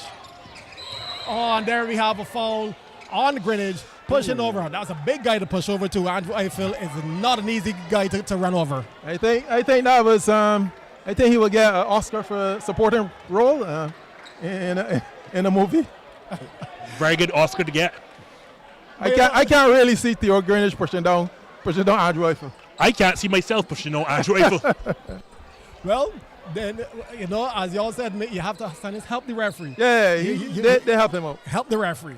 I think. Okay, so we have now the Bulls with the ball. Rashid Maynard will inbound to Simeon Maynard. Simeon looking for the play to develop. Gives it up to Rashid. Rashid looking to take on Cesek. Goes baseline. Kicks it over to the wing. Eiffel, nobody's marking him. They want him to shoot. He does shoot. Missed. He gets the ball back. Gives it up to Maynard. Maynard with the baseline jumper. Misses everything. Hunt coming back the other way. Looking for someone. Finds no one but Andrew Eiffel. Bulls coming back with the ball. Raheem Gibbons. Under a lot of pressure from Theo Greenwich. Gives it up to Simeon Maynard. Not looking to shoot at all. Oh, lovely handles. Gives it up to Marsh for the three-point line. Misses. And rebounded by Hurley. Coming back this way now for the Celtics. Darren Hurley gives it up to Cesek. Cesek with the shot. In and out. Ball rebounded by Rashid Maynard. And the ball will be going for the Celtics. That's interesting. Another interesting call. Very interesting. Well, I'm not sure that interesting is the word you want to use there, Terry. Yeah, I use it interesting because I don't want to use that sword. What is a bad call? Yeah, a very bad call. I don't know why Terry, you're not to say bad call. Anytime you're playing against a player, right? And by the way, and the ball goes, if the ball goes down, you know that if the ball comes up, you know that hand got pulled. If the ball goes down, you know he hit the ball, right? Simeon Maynard now losing his balance a little bit, keeping the dribble, driving. I think that's what the Bulls need more of from Simeon Maynard. And that's basket and the foul by Marsh. But Justin, I think that is what the Bulls need that more from Simeon. Don't rush it, but he has it with him. He's been doing it all season long. Just remember where your points are coming from. They're coming in from the paint, and they're coming in the paint from Rashid Maynard and Akeem Marsh. Again, I understand you are accustomed to having your own offense. You're an offensive-minded player, but stick with the script. This is how you are scoring, and City has not shown an ability to defend this all night long. So a question, and you can take this one as well. But if Simeon Maynard now shows the Celtics that he's a real alternative, would that not help out the Marsh and Rashid Maynard plan? Yes, but sometimes I think Simeon just penetrates too deep. He still has to remember that he's not 6'9". so sometimes he needs to pull up and use a runner. You will see Hurley would use his runner sometimes. So he needs to add that to his game. But he has been a very valuable player in this entire league. All season long? All season long. Marsh at the line, the charity line. Shoots, and that's good. The Bulls now leading 51-32. They still have a very good lead, although the Celtics have turned up their offense. The Bulls have responded. I don't know that City has been watching the same game of watching. All of their points in this quarter have come when we put Darren attacking Marsh on a pick and roll. The moment that they've gone away from that, a turnover. Basketball is not hard, gentlemen. Basketball is not really difficult. It's the players that make it look so. Another turnover, or should I say steal by the Bulls. Simeon Maynard with the ball, calling the play, looking at the clock. 5:19 on the clock. I think you should be looking at the shot clock. That's a shot by Simeon Maynard. Misses, rebounded by Marsh. Marsh with the baby hook. Misses again, rebounds again. Marsh, big Marsh. Yeah, Marsh is looking even bigger now. As I'm saying, there's no need for Simeon to be rushing these shots. All of your points are coming in the paint. All of your points are coming in the paint through Rashid Maynard and Akeem Marsh, or they're coming out in transition. Another turnover by the Celtics. Celtics shooting themselves in the proverbial foot. Simeon Maynard gives it up to Andrew Eiffel. Inside to Marsh. Marsh, 4 people around him. Misses this time. And the rebound went right through his hands. Cesek turn on the Jets. Tried to get the ball over to Hurley, but it hit the back of the backboard. Back over to the Bulls. Marsh running down the ball. Gets it. Over to Simeon Maynard. was looking for Hurley. Didn't bother to pass it. Looking for the other two players in Raheem Gibbons and Andrew Eiffel to get back on offense. Oh, there is a foul. I know that Marsh was going down for yet another two, but now has to take them out of the free throw line. Yes, I'm sorry to say it, but I don't think that Celtics is learning anything from this exercise. The ball is going inside. Marsh is turning basically one side, and he's being turned that side every single time. So, I mean, if it's not broken, don't fix it. It's easier for us to say that, right? But when you're 6'9", 230 to 40 pounds, and you are 180 pounds soaking wet on the other side, you are not going to dictate which side that man is going to turn. That is true. Marsh at the line. First free throw is good. I would like to put in a little analogy there from the NBA. Julius Erving seldom went to Dr. J. Seldom went to the left hand. But if they couldn't stop the right hand, why go for the left hand? Yeah. And plus, though, he played in a different stratosphere. so I once saw Dominique Wilkins with the same situation, went in and out, pretending to go left, and you know which hand he's putting in. Always went right. Yeah. Always. And a lot of dunks happen. Oh, yeah. So why go left if you have the right? And where we have now Joseph Anand Thorne with the ball for the Celtics. He is in. Look to give it up to... And we have another shot there by the Celtics. Celtics not really finding their offense right now. And I don't know who they're going to look to, as both Hurley and Kazarian Adams are out, but they're both coming back looking for subs to come right back in. No rest for the Very. Junior Moore with the rebound, but he kicked the ball. Ball coming back for the Celtics as we're really going back and forth here at a speed. Yes, here comes Adams and Hurley. Notice that Hurley is not getting a long rest. But he's back. Adams has to be back as well. So we'll see how it goes. They're down 23 with 3:48 to go. They need to put together a run now.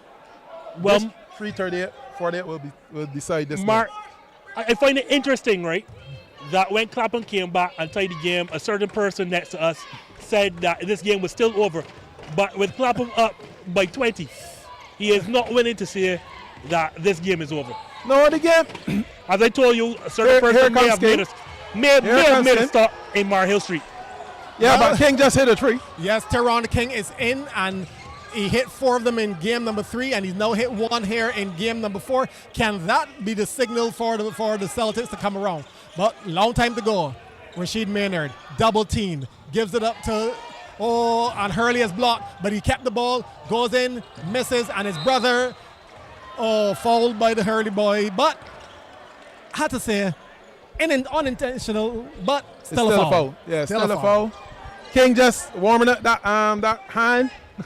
Let's see if he can go 4-4 and give them the spark that they need. Remember, it was 3:48, and now it's 3:11. Let's see how it goes.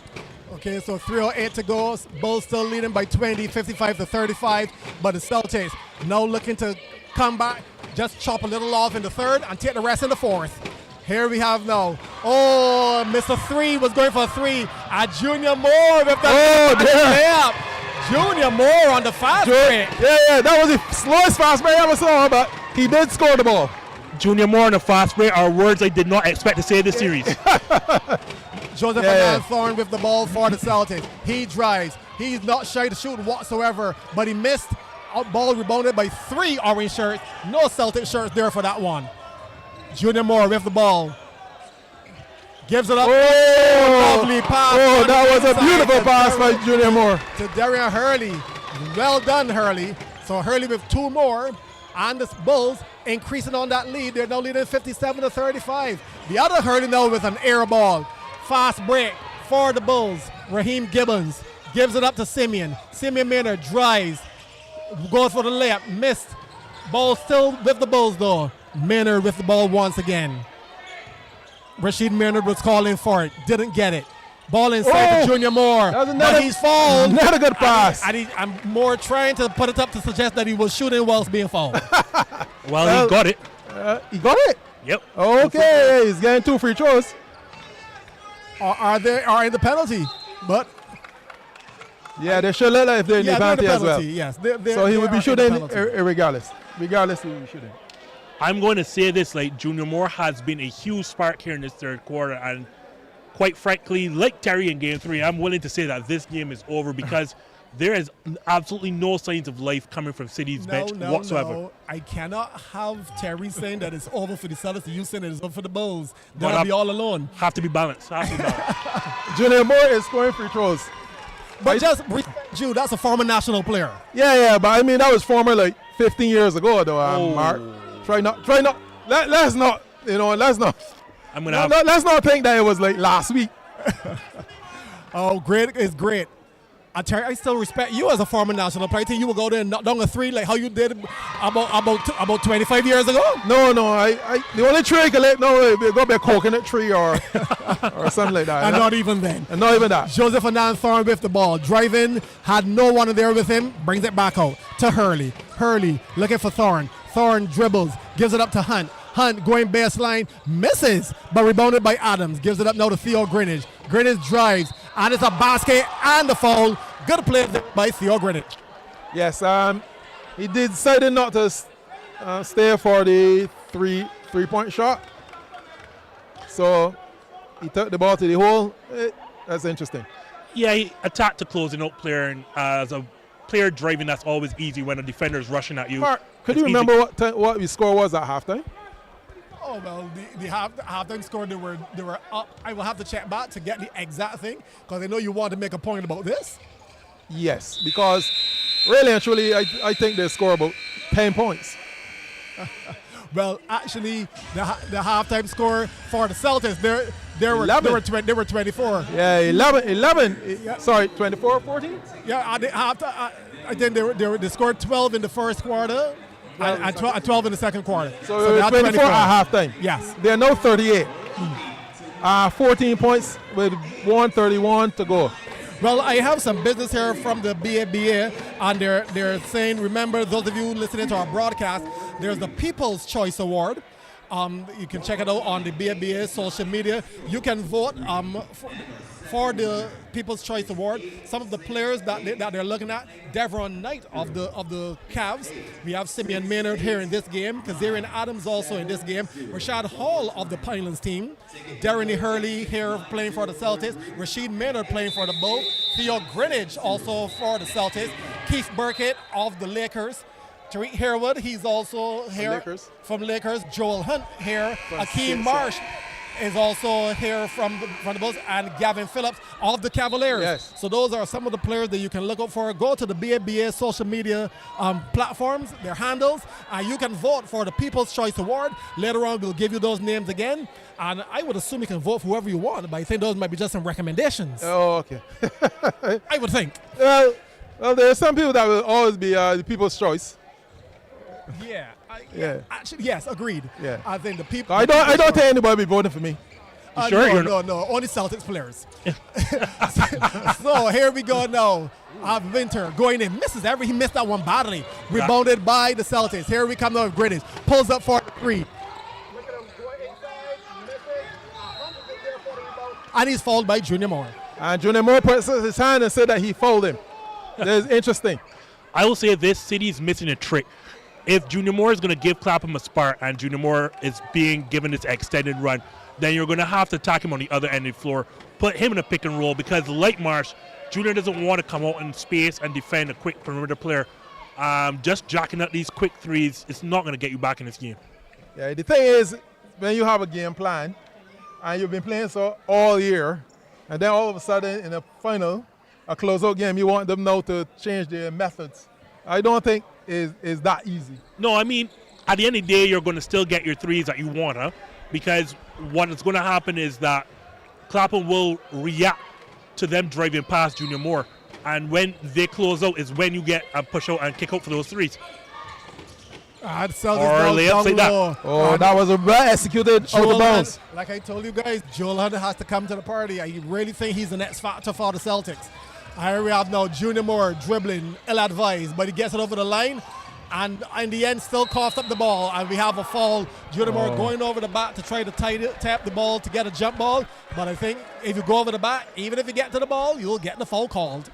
I think now you have gotten what you can out of Junior Moore. I think it's time for him to leave. I think it's time for him to exit. But I think what's happening is that they're trying to get him to the third quarter.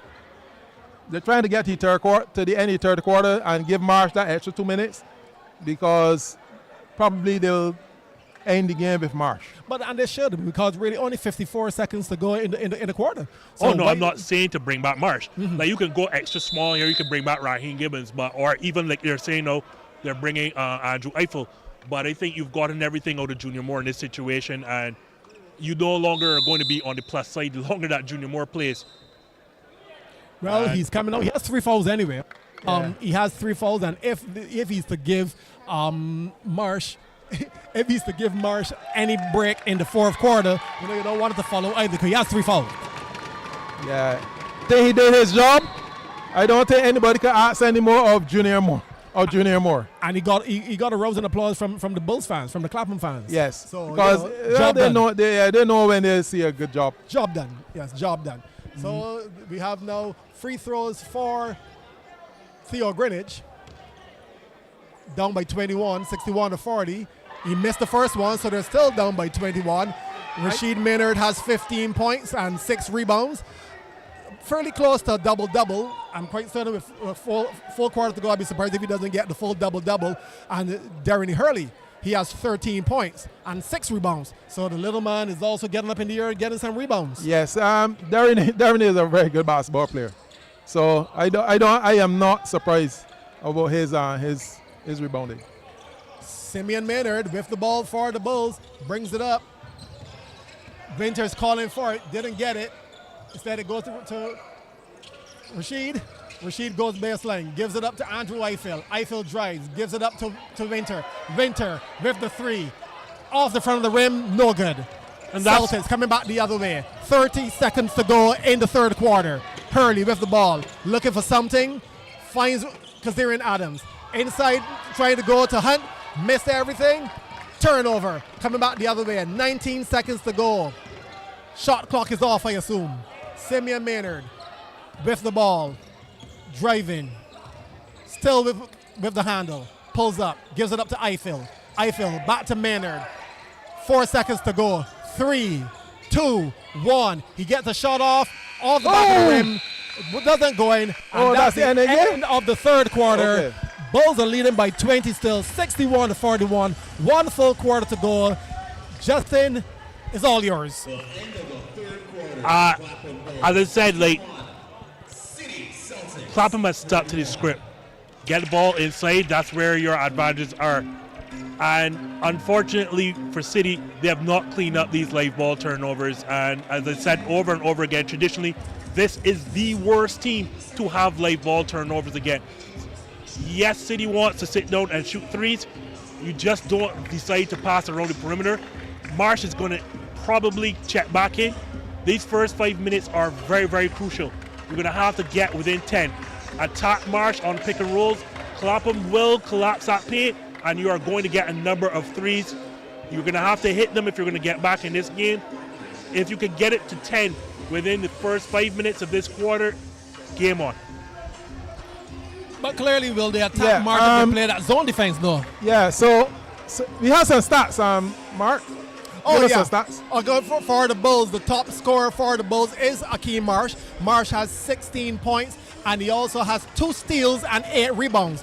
While we have Rashid Maynard. He has 15 points, and he has 6 rebounds. For the Celtics, the top scorer for them, that's Darren Hurley. He has 13 points, and he also has 7 rebounds and 1 steal, but he has 3 turnovers.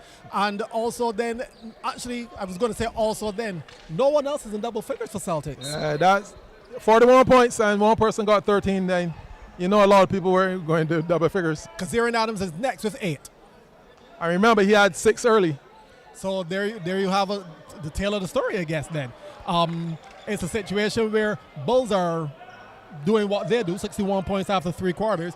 Celtics, lack of production. It's those turnovers. Turnovers, and I don't understand. 16 turnovers by the Celtics. They look like they were out in the desert or something. Yes. 16 turnovers. Lethargic. But let's see if they can pull something this quarter. Because that you'll want to think about, the Bulls have 39 rebounds. Whoa. Rashid Maynard calling for the ball. Ball over his head. Come back the other way, the Celtics. Stopped. Gives it up to Hunt. Hunt keeping the dribble. Passes it off. Three-pointer off. Misses. Rebounded by Hurley. Gives it to Marsh. Finds Eiffel. Over the timeline quickly. Eiffel with the ball. Looking to give it up. Finds Rashid Maynard. Rashid, easy. That's In. 3 points. Three-pointer. Yeah, well, we got to say that the table is a turn. Here's Adams to respond.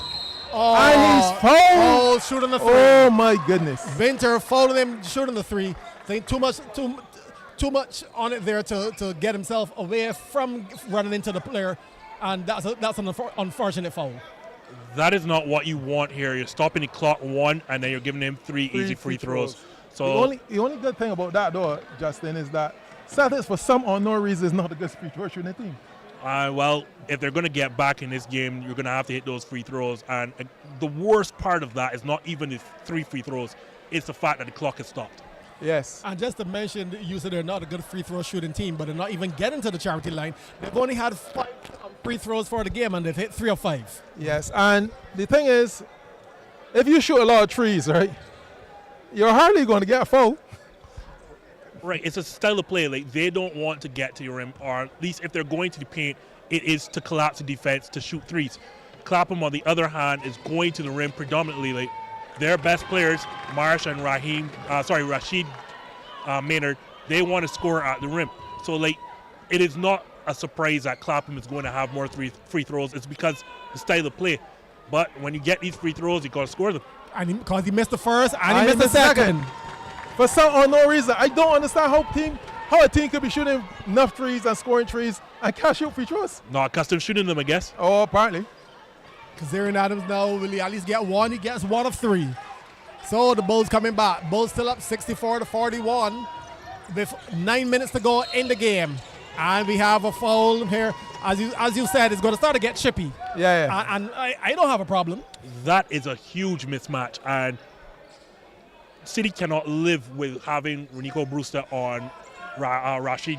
But you know that every time Brewster gets the ball, Rashid calls for it. I mean, sorry, every time he's marking Rashid calls for the ball. Because there's a reason. There's as clear as a mismatch as there is on the court. Not to mention that, remember, they're both former Pineland players. Yeah, there's a reason. There's a reason why some players are open, right? And then there's a reason why every time he's on the court, somebody is looking to post up. And the thing about it, they always put him to mark Rashid, and somehow Rashid really loves that matchup. Anyway, yeah, they know it. Oh, he leaves the finger roll short. The Celtics not the scoring machine that they were in game number 3. Bulls now with the ball and with the lead, 64-42, and that also is 2 travels in a row for the Bulls. Yeah, all I will say is that Clapham is very fortunate that City is just not capitalizing on their miscues. Here comes Yearwood. We have not seen Yearwood in these playoffs. No. You think Celtic is throwing in the trouble there, Justin? I wanted to say so, but the mere fact that Darren Hurley and Kazarian Adams are still on the court, I would say probably not. They're just trying something different. And Theo Greenwich, he's still on the court as well. I think it's a case where he's trying to send a message to the other players. What I will say is that with this guy on the court, Marsh should not leave the paint whatsoever. Well, rebounded by Theo Greenwich. Celtics got another chance. Kazarian Adams, he hits the 3. I don't think any towel has been thrown in. Yeah, well, we'll see. Fast break now by the Bulls. Nope. Eiffel holds it up, waits for others to come, gives it up to Winter. At the top, gives it up to Marsh. Easy 2 points. Oh, that's assault. Yeah, Herwood really you could get locked up for doing that. Kazarian Adams, he's blocked by Rashid Maynard. Ball still stays though with the Celtics.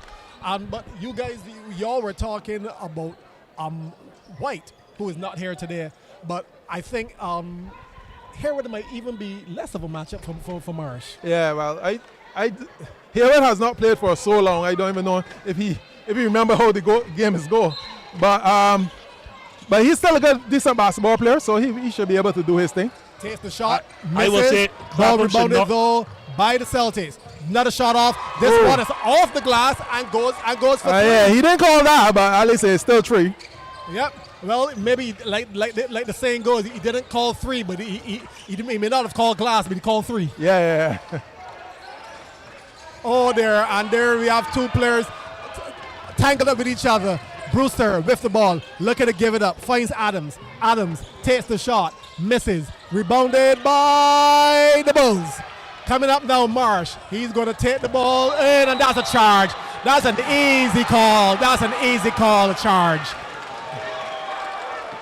Yeah, that was a charge. The only problem, it looks like he was in North South Circle.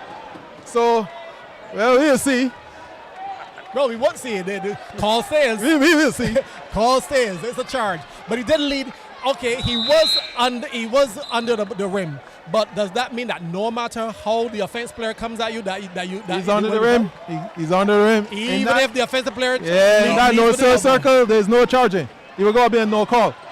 Right, I was about to say it would have to be a no call. Well, we have now to our right in the commentary booth, we have the Celtics fans cheering, "Let's go Celtics." We have the Bulls players shouting, "Defense." Shot by the Celtics, but rebounded by Winter. Still with the Bulls. Bulls leading 66-48 with 7 minutes to go in the game. Eiffel with the ball, gives it up to Marsh. Bulls, they had 2 travels. That one is off, rebounded by the Celtics. Out of bounds, that ball will stay with the Bulls. Yes. The Bulls, they had 2 travels and a charge. So I think the Celtics fans, they have a good right to think that maybe the tide is turning. I think right now, to calm this tide, you have to bring back Simeon Maynard. Oh, that's another travel. So that's Again. now 3 travels and a charge. You know, you have 3 turnovers in a row. Keelan Phillips is trying to signal to the desk for a timeout. Timeout. And the Celtics coach, Keelan Phillips, he calls for a timeout. I think both you guys, Terry and Jesse, y'all were saying timeout as well. So, with 6:52 to go, Bulls did it 66-48. Let's have a game reset. What does each team have to do in order? Let's start with Celtics. What do they have to do quickly to get back into this game? First, they've cleaned up the turnovers at least. Again, whichever big man comes out there, whether it's Winter, whether it's Junior Moore, whether it's Marsh, you have to take advantage of that matchup. Bring them out of the paint on the ball pick and roll. Clapham will have to react, and then is when your threes are going to open up. On the opposite side, slow down the basketball. Clapham, bring back Simeon Maynard to quell these turnovers, because the only way that they're going to get back in this game, you're not going to trade baskets and get back in this game, even if you're trading threes with twos. At this stage, you're going to have to force turnovers. They're getting that. So bring Simeon Maynard in, an extra ball handler, and slow things down. And quickly, Terry, how do the Bulls stay in the lead? They need to calm down a little and go back to what got them there. Just go back inside to Marsh. Marsh had a lot of rest, so he can't be tired this time. So it is inside to Marsh. And let's see if we can get something going. Celtics with the ball. Hurley bringing it up slowly. No hurry. Looking for something. Finds Greenwich on the 3-point line. Misses. Rebounded by the Bulls. And we have double foul. Oh, I think we have Marsh and we have Teron King all getting involved. Is that a ploy? Or is that what is that a ploy? I think Marsh has to understand that he is more important.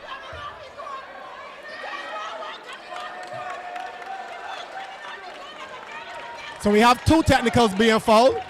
On 13 and 24. 13 and 24. So right. that's technicals on Marsh, and that's another technical on 6 on the Celtics. And number 6 on the Celtics. Who is that got? It looks like Renico Brewster. Yeah, that Brewster. So Brewster's also, that's 3 technicals in all one thing. So Brewster's called for a foul, Teron King called for a foul on Celtics, and Marsh called for a foul on the Bulls. You know this is what is waiting for playoff basketball. It was just too friendly. Like at some stage this had to get chippy, and this is what I'm here for. No punches were thrown, so I'm comfortable with that. Like, this is a sport that is not meant to be played friendly, and I'm here for this basketball. Well, when you have both Teron King and Akeem Marsh Both of them play for the Bulls. You know, so Yeah, they're going to be friends after the game nonetheless, I would assume. Yeah, I think it's just a ploy because Tyrone King is a decent player, but Marsh is more important to his team than King is to Celtics. Agreed. So if me and Marsh get sent off in this game, you know that he can't play the next game. Right. So it could be a ploy. Marsh needs to just calm down. And this is where I spoke about the inexperience of head coach Keelan Phillips, because you take a timeout right now and you sit down and you talk to your players about the importance of every player, every star player on the team. Well, actually, Cody Leacock, the assistant coach for the Bulls, he just shouted at Marsh, and when he got his attention, he said, "We need you." So, Measure Saint, Measure Saint, we need you. So, in other words, chill out. And I think right now Clapham needs Simeon Maynard back in his game. Bulls with the ball. That's the shot there that Hurley would usually take. He takes it. He missed this time. That's the rebounded by Marsh. And Marsh back up again. Yeah. I think they're walking up Marsh. Yeah, I think Marsh was just going along, and they just wake up Marsh. And now the ball is out of bounds. I think it will stay with the Celtics though, as we have Simeon Maynard looking to come back in, and going out will be Darren Hurley. He's going out. I don't know if that's the right player I would take over at this point in time. I like what Darren is bringing in terms of defensive intensity and attacking the glass. I don't want to pick on a young man, but I think Antoine Winter at this stage would be sitting down next to me. And we have an intentional foul. Is that Marsh? Who's it on now? Let's see here. 11 from Bulls. That's Simeon Maynard. Simeon Maynard. Oh dear. And this is what I said. Shots. And that is what I said. The inexperience of head coach Keelan Phillips. Like, you are up big. The only thing you are the player, or you are the team with the most to lose at this situation, because your players are the ones getting chippy. Your star players are the ones who are getting involved in this situation, not City. You need to call a timeout and get your players settled and understand what is at stake. Hurley is going to. I won't be too harsh on Keelan, because he's coaching. He's coaching. The only person out there that is not experienced is Winter, right? All the rest are experienced basketball players. So they should understand, they look and see the score and know what they're supposed to do, right? You can't give them a 4-point trip or 5-point trip. Again, I understand and I like Keelan as a coach, but you have to call a timeout here, because that is now two of your star players getting involved in situations that they do not need to get involved with when you're up 21. You need to call a timeout, get your players to understand that this is a ploy. Like, City's trying to get under your skin, they're going to use tactics. And I don't think that City thinks that they're going to get into and win this game. But you have to understand there's a game 5 to play.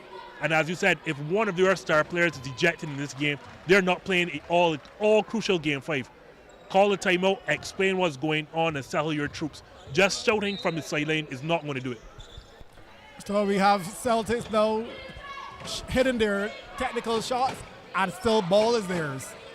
Ball over on the right side. Kazarian Adams being marked by Rasheed Maynard. He would have it no other way. He wants that assignment, and he has it. Adams gives it up to Hurley. Hurley being marked by Simeon Maynard. Keeps the dribble. Pick and roll, they switch. Marsh is on the court, and he's marking King. Oh dear. But, Too many that were just involved in altercation. and they're marking each other. Well, hey, let's see. We'll have to keep an eye on that one. That's a story within a story. Ball is a bit wet. Referees dry it off. Yeah. Ball will stay with the Celtics. Game reset. 5:59 to go. Virtually 6 minutes. Bulls are up 69-50, up by 19 points. Lots of basketball still to play, but that's up to the Celtics. Shot off. Miss. Rebounded by Andrew Eiffel. Celtics trying to play some tough defense, trying to get the ball stolen. Ball given up to Winter, and that's easy 2 points. If they're going to do it like that, it's over. Yeah. Well, that was good basketball there by Andrew Eiffel, a veteran. He knows exactly what is required, and he did it. Yeah, if you're going to usher players to the ring like this in this situation, then you could as well pack it up. And Tyrone King, the 3-point specialist, everything. And the Bulls are coming back the other direction. Marsh has the ball. Gives it up to Eiffel. Eiffel gives it up to Rasheed Maynard. Rasheed with the shot. In and out. But Marsh is there to clean it up. Yes. Marsh is yeoman service right now. Marsh, that's 22 points now for Marsh. Maynard, Rasheed Maynard, that is, he has 19. Kazarian Adams with the ball. Gives it up to King. He off the front of the rim. As you said, Justin, not 2 nights in a row. Yeah, you're a role player for a reason. You're not going to go 4 for 4 every night. That's not going to happen. I've been to driving hard, missing, getting his own rebound and putting it back up. And the lead increases. Bulls now leading 71-50. Leading now by 21. You asked Terry if they're throwing it all. I think right now, yeah, you see a bunch of players now coming to the bench. Like their whole bench squad is coming in. Like I think their best players are going to take a rest in Darren Hurley and Kazarian Adams. We can just look forward to Game 5. Yeah, I have to admit right now, yes. All of the shots are hitting the front of the rim, and you see Junior Moore is getting ready to go in. I guess Marsh is going to come out. Oh, there. Yeah, well, Marsh is going to come out. I mean, if you're leading by 25 points before 15 to go, why not? Celtics now coming back up with Theo Greenwich driving. Oh, traveling, if I will. I'm not a referee. I didn't take a referee's course. Yeah, but you can call that, yes. And here comes the subs. Downey, Allen, and Joseph Thorne. He's in. And out goes Marsh. And Marsh is also out. Eiffel. Yeah, Junior Moore is in, so Marsh is out. Yeah. I think Raheem Gibbons is back on in. the court. Winter is on the court. Junior Moore is on the court.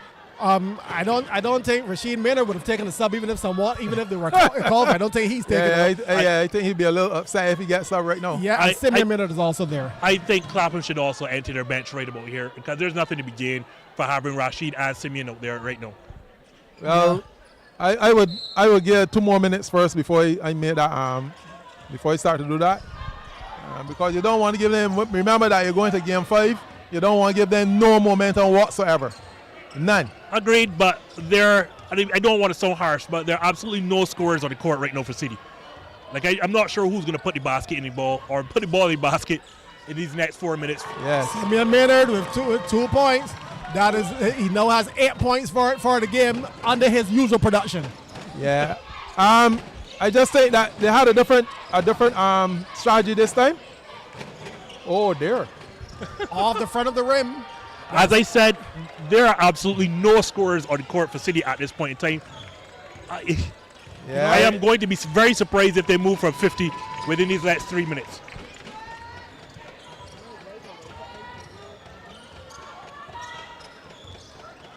Simeon Maynard with the ball, showing some handles, driving, pulls up for the short jumper, is off, but Junior Moore is there. Junior Moore is there. Junior Moore is there to clean up.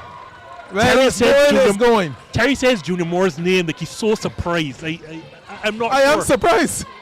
And that's a quick pocket there by Raheem Gibbons. And he waltzes in for the easy layup. Yeah, it's gotten ugly. At this time, a couple days ago, you were saying the game is over. Is it over? Yeah, well, I would hope so. Unless they're a 30-point shot. I don't know about. I would take a foul and get rid of both Rasheed Maynard and Simeon Maynard at this point in time. As I said, there is absolutely nothing to be gained. They could risk injury and they could risk a silly foul, like at least ejection. I would get them out as fast as possible. But the way how this game is playing, I don't think anybody's going to go in for any fouls, any harsh fouls. Look at this game.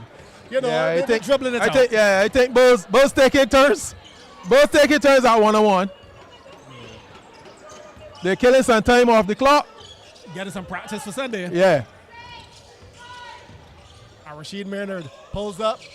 And he gets the roll. It touches every part of the rim. Gets the roll. Well, you know those things when it's going your way, it's going your way. And he's a class player. So he doesn't need those things to go his way. He'll score. And that's an air ball by Jonathan Thorne. So as Justin was saying, we don't know where the points are going to come from, but the Celtics are not looking to score. And if you look back, you can see that many people are now making their way to the exit. Yes. I didn't expect that Celtics would lose a game by 33. No, I don't think anybody expected that. Well, not on a game that they could have won the title. I think, Yeah. I mean, when you saw the president, Francis Williams, walking into the gym with the trophy, Yes. I mean, He has to go back home with it. yeah, or stash it here. But yeah, that trophy will not be distributed today. No one will be given that trophy. And let us remember, this is a pride. Bulls are the defending champions. Yes, they are. Not tonight. And they play like defending champions tonight. And it's very sad that Celtics lose the game, but lose at this sort of margin. And it shows that we'll be playing for all for the marbles on Sunday. I want to say, having watched Game 3, this does not come as much as a surprise. And the reason I say that is because City was very fortunate not to have been blown out in that first half. They should have been down by as many as 20. And like Clapham just tightened up a lot in this game to make sure this time that there was no getting back. As I said, there were so many missed layups, so many missed free throws, and City being down by just 13 at one point was just not enough. So this situation now, the layups were made, and with City continually turning over the ball against this team, as I told you, it is the worst team to commit live ball turnovers. Like, if you're going to turn over the ball against Clapham, just throw it out of bounds. But keeping the ball in play, I guarantee you that is going to be a layup. Edwards is in the game for the Bulls. So even the Bulls, as you said, the Bulls players, they're deciding, let's make sure that our players not only don't get a stupid technical, but also not get any injuries. So the Bulls now still with the ball. They're up by 33 points, 83-50. This is not what you wanted for a closeout game for the Celtics. But like I said, I would more like to say the Bulls won this game rather than the Celtics lost it. Yeah, I would say that from the get-go. You saw the game plan. Get to Marsh inside, get to Rashid Maynard inside, and get out in transition. This is Clapham basketball. I think City just did not play smart basketball, did not play to their strengths. They did fantastic in Game 3, targeting Marsh. I mean, granted, they relied on shots falling. The shots did fall this time, and here's the result. Junior Moore playing a piece of point guard there, as he was saying that, just dribbling it out. And the Celtics get a consolation too. And there's a sarcastic cheer with that 2 points. But 29 seconds to go. Shot by the Bulls. Out of bounds. Well, not out of bounds. They saved it, but Celtics come back the other way. Some people actually playing real defense. I don't know why. There we go. Just some token defense. This is like an all-star game now. We saw the All-Star game, though. Well, the all-star games where no defense is being played. Oh, okay. There you go. And Raheem Gibbons sensibly will just pass this one out. Yeah, no need to shoot this one. Yes. 6 seconds to go. 4, 3. That's it. That's the end of Game 4. The Bulls win this one 83-54. There will be a game number 5 to decide the 2025 champions of the BABA League. So, the two teams hug each other. I know, Justin, you don't like to see this, but the two teams hugging each other because they understand, hey, no problem. Let's come back on Sunday and settle this. Guys, your last words. Well, one, I would say I'm really sorry that it came to this. You don't mind losing, but losing by 29, right? It became a farce at the end. It is. I must admit that is surprising that Celtics will lose a game, a closeout game like this by 29. It felt like they didn't come in with a game plan. When they got back in the third quarter of Game 3, it was clear what they were doing. It was, we're going to tap your bigs, we're going to tap Marsh, we're going to tap Junior Moore and force you to make a decision. And if you make the wrong one, it's either a 3 or it's a layup. Here, it was just like, okay, we're going to turn up and we're going to win a title. You're not going to do that against a defending champ, especially not one with a clear game plan like Clapham. Clapham, on the other hand, said, this is what we're going to do. We're going to play Bulls basketball. And what I mean by that, we're going to pound this ball to Marsh. We're going to establish Rashid around the basket. And more importantly, we're going to turn up our defense and get out in transition and score layups. That is Clapham basketball for as long as I have been alive. So it's just one team decided, oh, we're going to turn up, we're going to win. And the other one said, like, no, this is how we play basketball. So It all depends again. I don't think City can get out to these slow starts. You're going to have to come in with a game plan. Let's target Marsh. Let's target Junior Moore. Get the ball moving and get our three-point shot falling. Before we leave, this is a tradition. We need Game 5 predictions from both of you and no sitting on any fences. I call before the season, before the series start, I call Celtics. Yes, sir. I'm remaining with the Celtics. There you go, Justin. I said Joel Hunt, action stunts, storefront, clap him in 5. Clapham in 5. Okay, then, so there we have it. We will be back here on Sunday. Series reset. Game 1 and Game 4 to the Bulls. Games 2 and 3 to the Celtics. It's tied 2-all. Best of 5 series. That is what you want. A Game 5 and a best of 5. So we'll be back here on Sunday, 8:03 p.m. live here on CBC TV. Celtics versus the Bulls for all the marbles. On behalf of Justin Marble and Terry Ennis, I am Mark Seal. See you back here on Sunday on Game 5 of the Co-Operators General Insurance BABA Premier League Final Series. We'll be back here live.